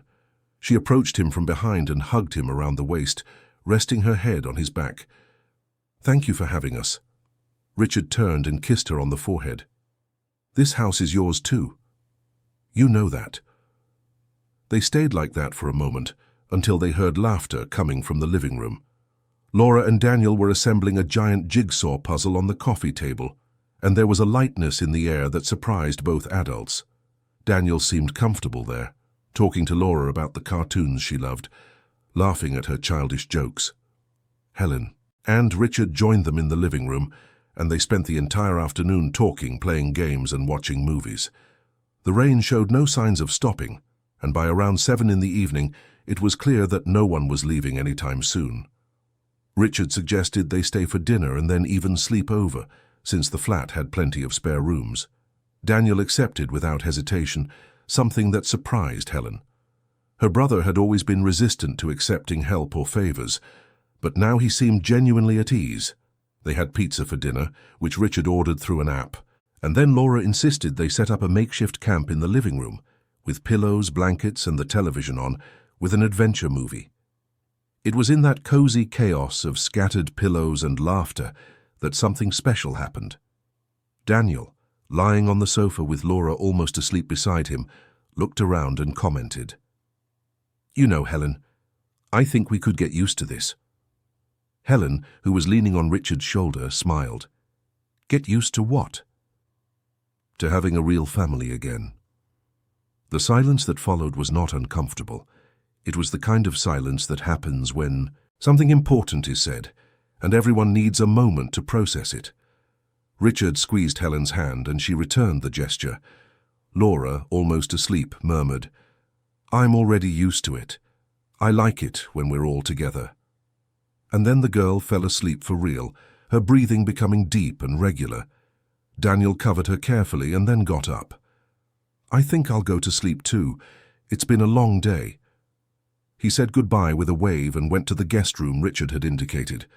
Helen and Richard were left alone in the living room, with Laura asleep on, the sofa and the movie still playing on the television with the sound off. "Today was important," Helen commented softly. "Daniel has finally truly accepted this. Accepted you." Richard kissed the top of her head. "And you? Have you accepted that this can work?" Helen lifted her face to look into his eyes. "I accepted it a long time ago. I was just afraid to admit it." They kissed slowly, unhurriedly, sealing a silent promise that from now on they would face everything together. The storm passed during the night, and the next morning the sun shone again as if nothing had happened. Daniel and Helen had breakfast prepared by Richard, and then they said goodbye with warm hugs. But before leaving, Helen remembered she had forgotten a blouse in the guest room where she had changed the day before. She went to get it, and upon opening the drawer of the dresser where she had put the blouse, she found something that made her freeze. It was a yellowed envelope, with no visible addressee, but in Richard's handwriting. She recognized the handwriting immediately, the one she saw in the notes he left for Laura. With trembling hands, Helen opened the envelope and read the letter inside. It was a letter Richard had written almost 12 years ago, right after she had disappeared. In its pages, he poured out feelings he had never been able to express in person. He talked about how he had looked for her, how he had tried to understand what had happened, how he had hoped she would come back. He said he would respect her space if that was what she wanted, but that he needed her to know he had never stopped caring. The letter ended with an address, a phone number, and a simple request. If one day she changed her mind, he would be waiting. Helen read the letter 3 times, tears streaming freely. She had never received that letter. She had never known that Richard had looked for her with such intensity. She had always thought he had given up easily, that he had moved on without looking back, but there was the proof to the contrary, yellowed and forgotten in a drawer, but real. She went down to the living room holding the letter, finding Richard playing with Laura. He saw her enter and immediately realized something was different. Helen held out the letter without saying a word, and Richard took it, reading it quickly. "I didn't even remember I still had this here," he said, surprised. "I wrote it right after you disappeared. I was going to send it, but your parents said you didn't want any contact, so I kept it." "Why didn't you insist?" Helen asked, her voice thick with emotion. "Why didn't you come after me again?" "Because I thought I was respecting your choice," Richard answered honestly. "I didn't want to be intrusive. I thought if you wanted to find me, you would know where I was." Helen hugged him tightly, burying her face in his chest. "I'm so sorry. So much time lost to misunderstandings, to fear, to pride." Richard held her firmly. "But we found each other again, and this time, we're not going to let it slip away." The letter became a symbol of reparation, not a reparation that erased the past, but one that acknowledged the mistakes and chose to move forward consciously. Helen kept the letter carefully, placing it back in the same envelope and promising to keep it forever as a reminder that true love survives even when all seems lost. That week, Richard and Helen had several deep conversations about the future. They discussed where each of them saw the relationship going, what they expected from each other, how they would better integrate their lives without losing their individuality. They were mature, honest, sometimes difficult conversations, but always productive. Richard proposed that Helen and Daniel move into the penthouse, that there was plenty of space, and that it made more financial sense. But Helen refused, explaining that she wasn't ready for that she still needed to maintain her own space, that Daniel was in transition and needed stability. Richard understood and respected her wishes, suggesting then that they at least start spending alternate weekends at each other's homes, creating a routine that included everyone. They also decided it was important to establish healthy boundaries. Richard would resume traveling when necessary, but always with prior planning and clear communication. Helen would dedicate part of her weekends to studying and preparing for her new position at the clinic, and both would ensure they had individual time with Laura and Daniel, not just group time. Daniel, upon learning of the arrangements, seemed relieved. He had feared that their relationship would push him out, but he realized that they were both committed to genuinely including him. Richard offered help with study materials, access to his private library, and even introductions to professionals in the engineering field. Daniel accepted with gratitude, finally lowering his last defenses. Laura, observing everything with her attentive child's eyes, noticed that something was changing. The adults were lighter, more smiling. There were plans being made, conversations about family holidays, about birthday parties, about the future. And for the first time since losing her mother, Laura felt she had a complete family again. Different from the previous, one perhaps more complicated, but complete all the same. February arrived, bringing Carnival and with it that frenetic energy that takes over London. Richard decided not to travel, staying in the city with Laura, Helen, and Daniel. They watched the parades on television, had a barbecue on the penthouse balcony, and played with confetti and streamers that Laura insisted on buying. They were light-hearted days, without demands, where the only commitment was to be together. March arrived, bringing those first autumn mornings when London wakes up shrouded in a light mist that the sun takes a while to dissipate. It was a month of transitions, of preparing for the return of more intense routines, of final adjustments before the year truly got underway. For Richard, it meant the start of an important quarter at the company, with new projects being launched and international partnerships being consolidated. For Helen, it was the official beginning of her role coordinating the preventive pediatrics program, with planning meetings, hiring, and structuring protocols. Daniel was back at university with a heavy course load, and Laura resumed school with the typical anxiety of someone who has been away from friends for weeks. But despite the packed schedules, something fundamental had changed in how they all managed their time. It was no longer a desperate rush to fit personal life into the leftovers of the day. It was a conscious, planned organization where every hour had its place and every person's importance was recognized. Richard implemented concrete changes at his company.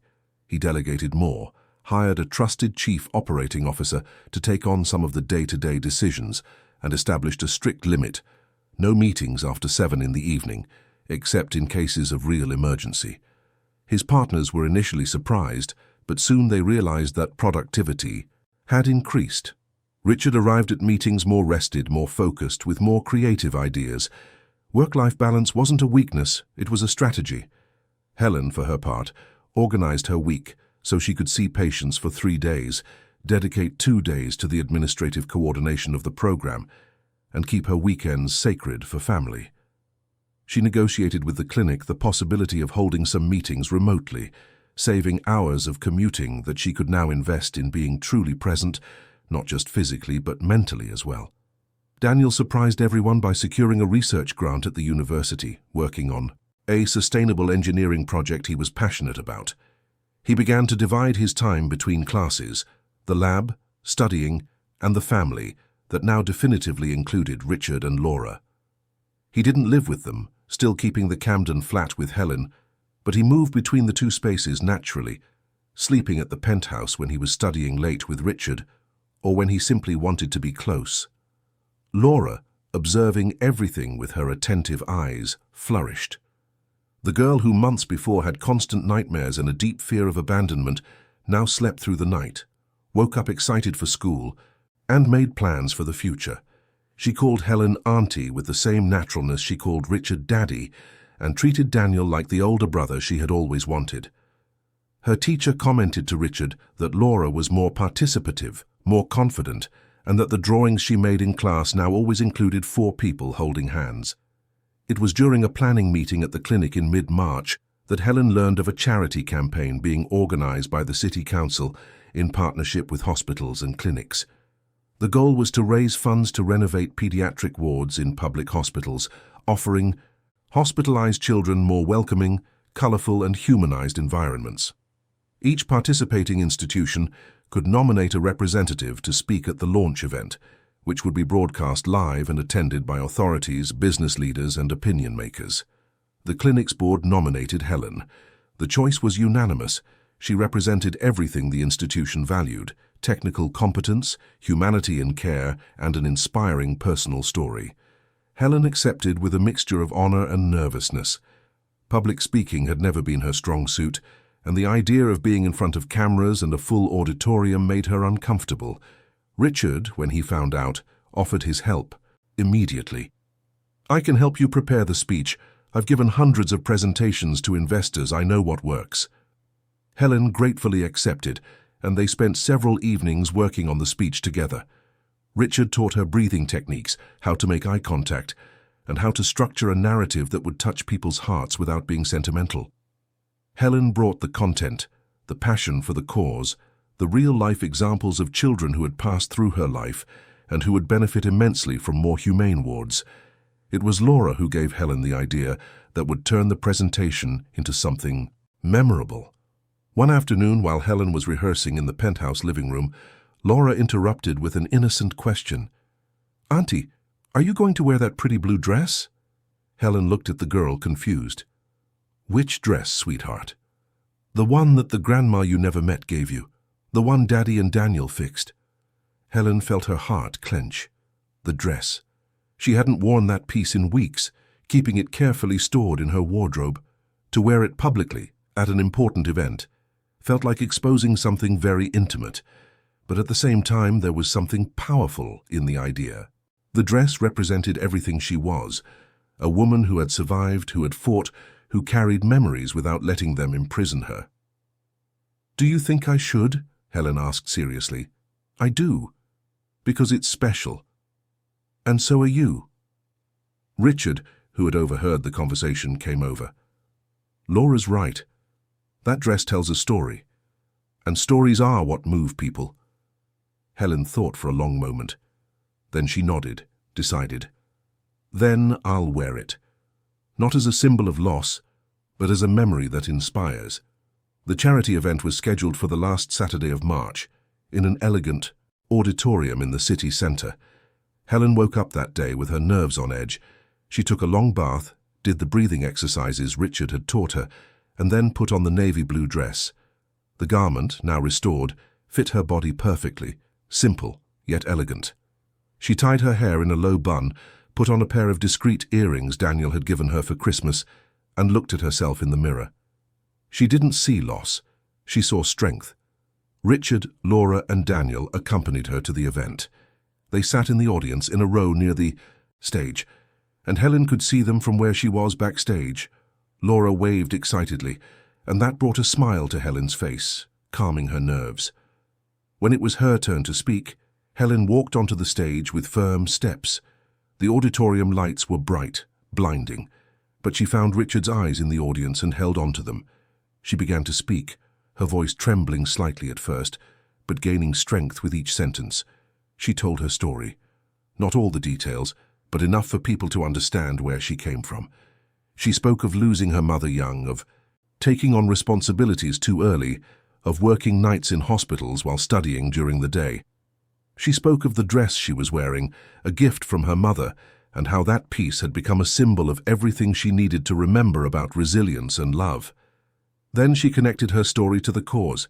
She explained that hospitalized children, away from their families, their homes, everything they know, deserve at least an environment that doesn't frighten them, that doesn't make them feel even more displaced. She spoke of the importance of colorful wards, of playrooms, of humanizing care. She ended with a simple yet powerful appeal. Each of us can make a difference. It doesn't have to be big, it doesn't have to be heroic, it just has to be sincere. A donation, a share, a word of support, everything counts, and these children are counting on us. The auditorium erupted in applause. People stood up, some wiping away tears. Helen left the stage with trembling legs but with a light heart. Richard hugged her backstage, holding her tightly. "You were incredible. Perfect." Laura jumped into her arms, covering her face with kisses. "You're the coolest auntie in the whole world." Daniel, always more reserved, simply squeezed her hand and said softly, "Mum would have been proud." That was enough. Helen felt she had honored her mother's memory in the best way possible, by using the gift she had received not as a source of shame, but as a symbol of all she had survived and all she had built. The impact was immediate. Videos of Helen's speech circulated on social media, were shared thousands of times, and generated emotional comments. The campaign raised much more than expected, surpassing its goal in just a few days. And Helen, who had always avoided the spotlight, saw her professional image strengthen in an unexpected way. She began receiving invitations to give talks, to join advisory boards, to contribute articles to specialized magazines. She accepted some invitations, declined others, always weighing what would add real value against what would be mere empty exposure. Richard helped her filter opportunities, teaching her to say no without guilt, to prioritize what truly mattered. And what mattered in the end was maintaining balance. The new visibility brought opportunities, but it couldn't consume the time she dedicated to Daniel, to Laura, to Richard, and especially to herself. April arrived, bringing a consolidated routine. The mornings followed a ritual that everyone knew by heart. Richard woke up early, made coffee, took Laura to school before heading to the office. Helen, who now spent 3 nights a week at the penthouse, would wake up with them, have breakfast together and then head to the clinic or to program meetings. Daniel, when he was there, would wake up a little later, study in the flat's library, and in the evening they would all have dinner together, talking about their days, sharing victories and frustrations. On the days Helen stayed at the Camden flat, Richard would visit her after leaving Laura with the housekeeper. They would have a simple dinner, talk about the week, and sometimes just sit in silence on the sofa, watching a series or reading side by side. They didn't need to fill every minute with words. Presence was enough. The weekends were consciously divided. One weekend a month was just for Richard and Laura, father-daughter time without interruptions. Another was for Helen and Daniel, rekindling the brother-sister intimacy they had cultivated over years of being just the two of them against the world. And the other two were for everyone together, with outings, family meals, movies, games, and late-night talks. It was during one of these family weekends, on a rainy Sunday afternoon, that Laura asked a question that took everyone by surprise. They were in the penthouse living room playing a board game when the girl paused mid-move. "Daddy, is Auntie Helen going to live here with us?" Richard looked at Helen, who was visibly uncomfortable with the question. He searched for the right words. "Auntie Helen has her own home, sweetheart, and it's important that she has her own space, but she's here with us whenever she can, and that's what matters." "But I want her to live here, and Uncle Daniel too." Daniel, who had been rolling his eyes at the childish drama, surprised everyone by answering, "Look, Laura, sometimes people love each other but don't live in the same house, and that's okay. The important thing is that we're together even if we live in different places." "But why?" Laura insisted stubbornly. Helen took the lead, deciding to be honest. "Because I still need my space, Laura. I spent many years with just me and Daniel, and we built a home there that's ours. One day, who knows, maybe we can all live together. But for now, this is good. It doesn't mean I love you any less." Laura reflected for a moment, then nodded, seeming to accept it. "Okay, but when you do come to live here, I want you to have the room next to mine." Everyone laughed and the tense moment dissolved, but the question lingered in the air, a reminder that children always seek definitions, clear boundaries, certainties, and that sometimes adults need to learn to live with ambiguity. After Laura went to bed, Richard and Helen talked about it on the balcony. "Does it bother you?" Helen asked. "That we don't live together yet?" Richard thought before answering. "Sometimes, yes. Sometimes I wake up and miss you, but I understand, and I respect it. I don't want to force anything. And what if I'm never ready to live together? What if I always need this space?" Richard took her hand. "Then we'll find a way to make it work. There's no right model, Helen. We'll invent our own." She rested her head on his shoulder, grateful for his understanding. "I love you, you know, in a way I didn't even know was possible to love." "I love you too. And it's not that desperate, consuming kind of love. It's a love that warms without burning." Helen smiled, recognizing the truth in his words. What they had wasn't a wildfire. It was glowing embers. Constant, reliable, warming on cold days without the danger of setting everything ablaze. May brought Laura's birthday as she turned 9. Richard wanted to throw a big party, invite the whole school, fill the flat with decorations and games. But Laura, matured by the past few months, asked for something different.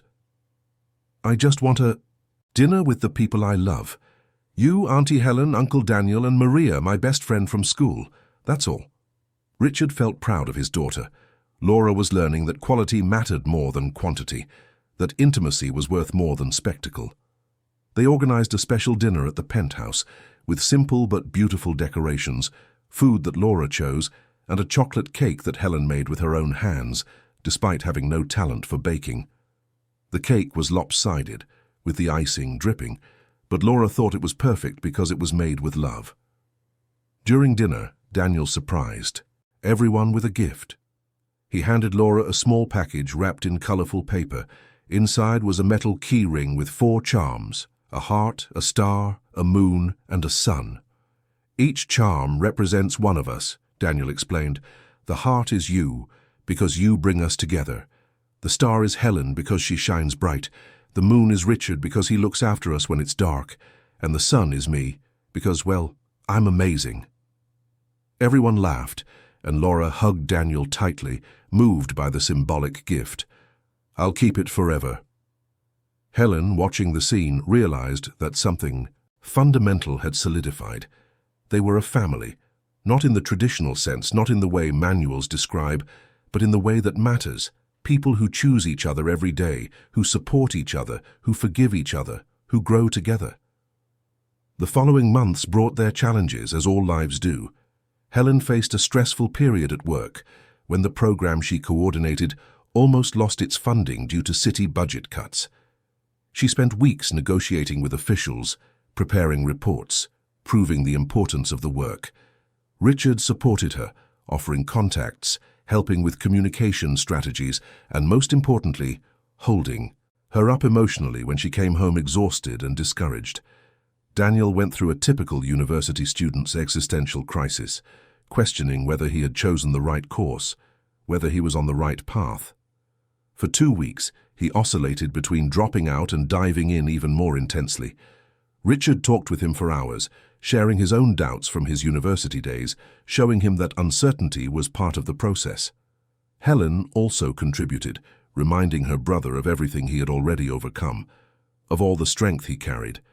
Together, they helped Daniel find meaning in what he was doing. Again, Laura had her own difficult moment when her best friend moved away. The girl was sad for weeks, crying every night, saying she didn't want to make new friends. Helen suggested they organize regular video calls, and Richard helped Laura write physical letters to her friend, reviving an old but affectionate form of communication. Gradually, Laura came to accept the loss, understanding that friendships can change form, but don't have to end. And Richard had his own challenges. An important investor threatened to pull funding from the company if certain changes weren't made, changes that went against the values Richard stood for. He spent sleepless nights calculating risks, measuring consequences. In the end, he made the difficult decision to refuse the demands, even knowing it would mean losing the investment. It was a risky bet, but it proved to be the right one when other investors, aligned with his vision, appeared to fill the gap. In each of these crises, they supported each other. There were no magic solutions, no one to save the day alone.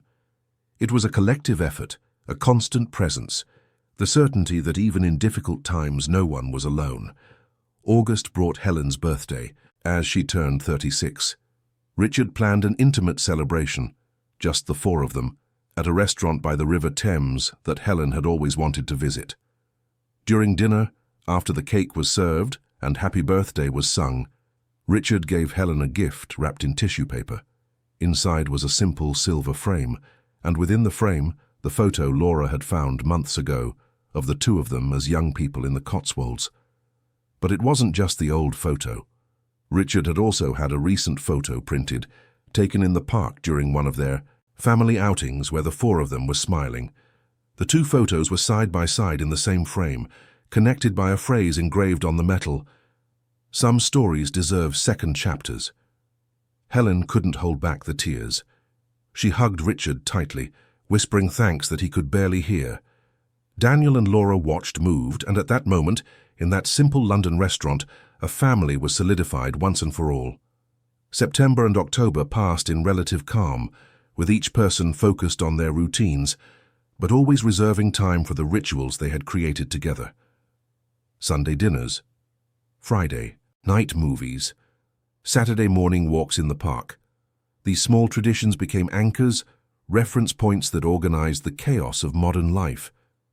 It was in November, as the year began to wind down, that Helen finally made a decision she had been mulling over for months.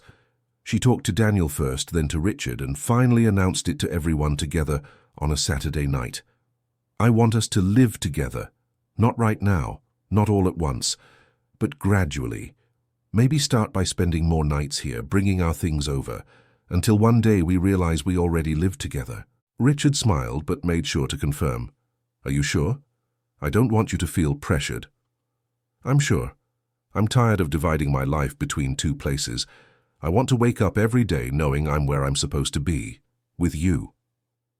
Daniel, who had always been the most resistant to change, surprised everyone. I think it's about time. But I want a room with good lighting for studying, okay? Everyone laughed, and it was decided. They would begin the gradual transition without rushing, respecting each person's time to adapt. December arrived, bringing that sense of new beginnings. that the end of the year always brings. Richard and Helen planned the holiday festivities, deciding to spend Christmas at the penthouse and New Year's Eve at the Camden flat, one last celebration before that space ceased to be Helen and Daniel's primary home. On Christmas Eve, Laura woke up early and found the house already decorated, with a tree, lights, and the smell of French toast that Helen was making in the kitchen. The girl ran to the living room and stopped, dumbfounded. There were presents under the tree, but that wasn't what caught her attention. It was the scene. Richard and Helen preparing breakfast together, laughing at some private joke. Daniel setting the table, humming a song. It was the perfect picture of a home. Laura ran and hugged all three of them at once, trying to envelop everyone in an impossible group hug. "I love you. All of you." "And we love you," Helen replied, kissing the top of the girl's head. They spent the whole day together, opening presents, watching Christmas movies, cooking together, laughing at silly things. At night, after Laura fell asleep on the sofa, exhausted from playing, the three adults stood on the balcony watching the city lights. "It was a tough year," Daniel commented, "but it was a good one too." "It was the best year of my life," Helen said, looking at Richard. He took her hand, intertwining their fingers. "And it's only going to get better from here." They stayed there late, talking about plans for the next year, about dreams they wanted to achieve, about the family they would continue to build day by day. There were no grand promises, no guarantees that everything would be perfect. But there was commitment, there was choice, there was a love that renewed itself each morning, with each conscious decision to be present, not to give up, to keep trying. The last days of the year were spent preparing for Helen and Daniel's move. They began to pack their belongings, separating what they would take and what they would donate, closing chapters. The Camden flat, which had been a refuge and home for so many years, would now be returned to the landlord. There was sadness in the farewell, but also gratitude for everything that space had represented. On New Year's Eve, they all gathered on the penthouse balcony with glasses of champagne and juice for Laura. When the fireworks began to explode in the sky, illuminating London with vibrant colours, they made a toast. Not to the year that was ending, but to the one that was to come. To the challenges they would face together, to the joys they would share, to the family they had chosen to be. Richard looked around and saw everything that mattered gathered there. Laura, safe and happy. Helen, finally at peace. Daniel, confident and promising. And himself, no longer just the successful businessman, but a complete man who had learned to balance achievements with presence, ambition with love. It wasn't a fairy tale ending, it was something better. It was a realistic, mature, conscious beginning. It was the promise that every morning before coffee would also be a new chance to say yes. Yes to life. Yes to love. Yes to family. Yes to being present, even when it was difficult, even when exhaustion hit, even when doubts arose. Because in the end, that's what made a family. Not perfection, but persistence. Not the absence of conflict, but the ability to resolve it. Not eternal promises, but daily choices. And on that New Year's Eve, with fireworks painting the sky and four hearts beating in sync, it was clear that choosing each other, every day, was all they needed to build something real. And so, life went on. Not with a definitive full stop, but with an ellipsis open to everything that was yet to come. New professional demands would arise, family emergencies would happen, difficult decisions would need to be made. But now they knew they would face it all together, not as isolated individuals, but as a constellation, where each star shines on its own, but also illuminates the others. Richard held Helen by the waist, pulling her close as they watched Laura and Daniel talking excitedly about the fireworks. He kissed her temple and whispered, "Thank you for coming back, for giving us a second chance." Helen smiled, her eyes shining, reflecting the lights of the fireworks. "Thank you for waiting, for not giving up completely. I never gave up. I was just waiting for the right moment." "And is this the right moment?" Helen looked around, seeing Laura laughing, Daniel relaxed, the life they had built together. Then she looked into Richard's eyes and answered with absolute certainty, "This is exactly the right moment." And as London celebrated the turn of the year with fireworks, shouts and hugs, that improvised but genuine family celebrated something even more precious: the certainty that they had found each other not by chance, but by choice, and that they would continue to choose day after day, year after year, building a story that didn't need a perfect ending to be beautiful.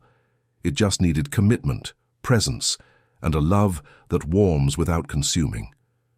And that they had in abundance. End of story. Dear listeners, we hope the story of Richard, Helen, Laura, and Daniel has touched your hearts. If you were moved by this journey of second chances, of a family built on conscious choices and mature love, please leave a like, subscribe to the channel, and tell us in the comments what marked you most in this story. Was it Helen's strength in turning down the international offer, Richard's care for the dress, little Laura's wisdom, or Daniel's transformation? Every day, we bring intense stories like this one, revealing the deepest side of the human soul, showing that true love is not that of fairy tales, but the kind that is renewed each morning, with conscious choices and genuine presence. We look forward to seeing you in the next episode with another story that will touch your soul and make you reflect on what truly matters in life.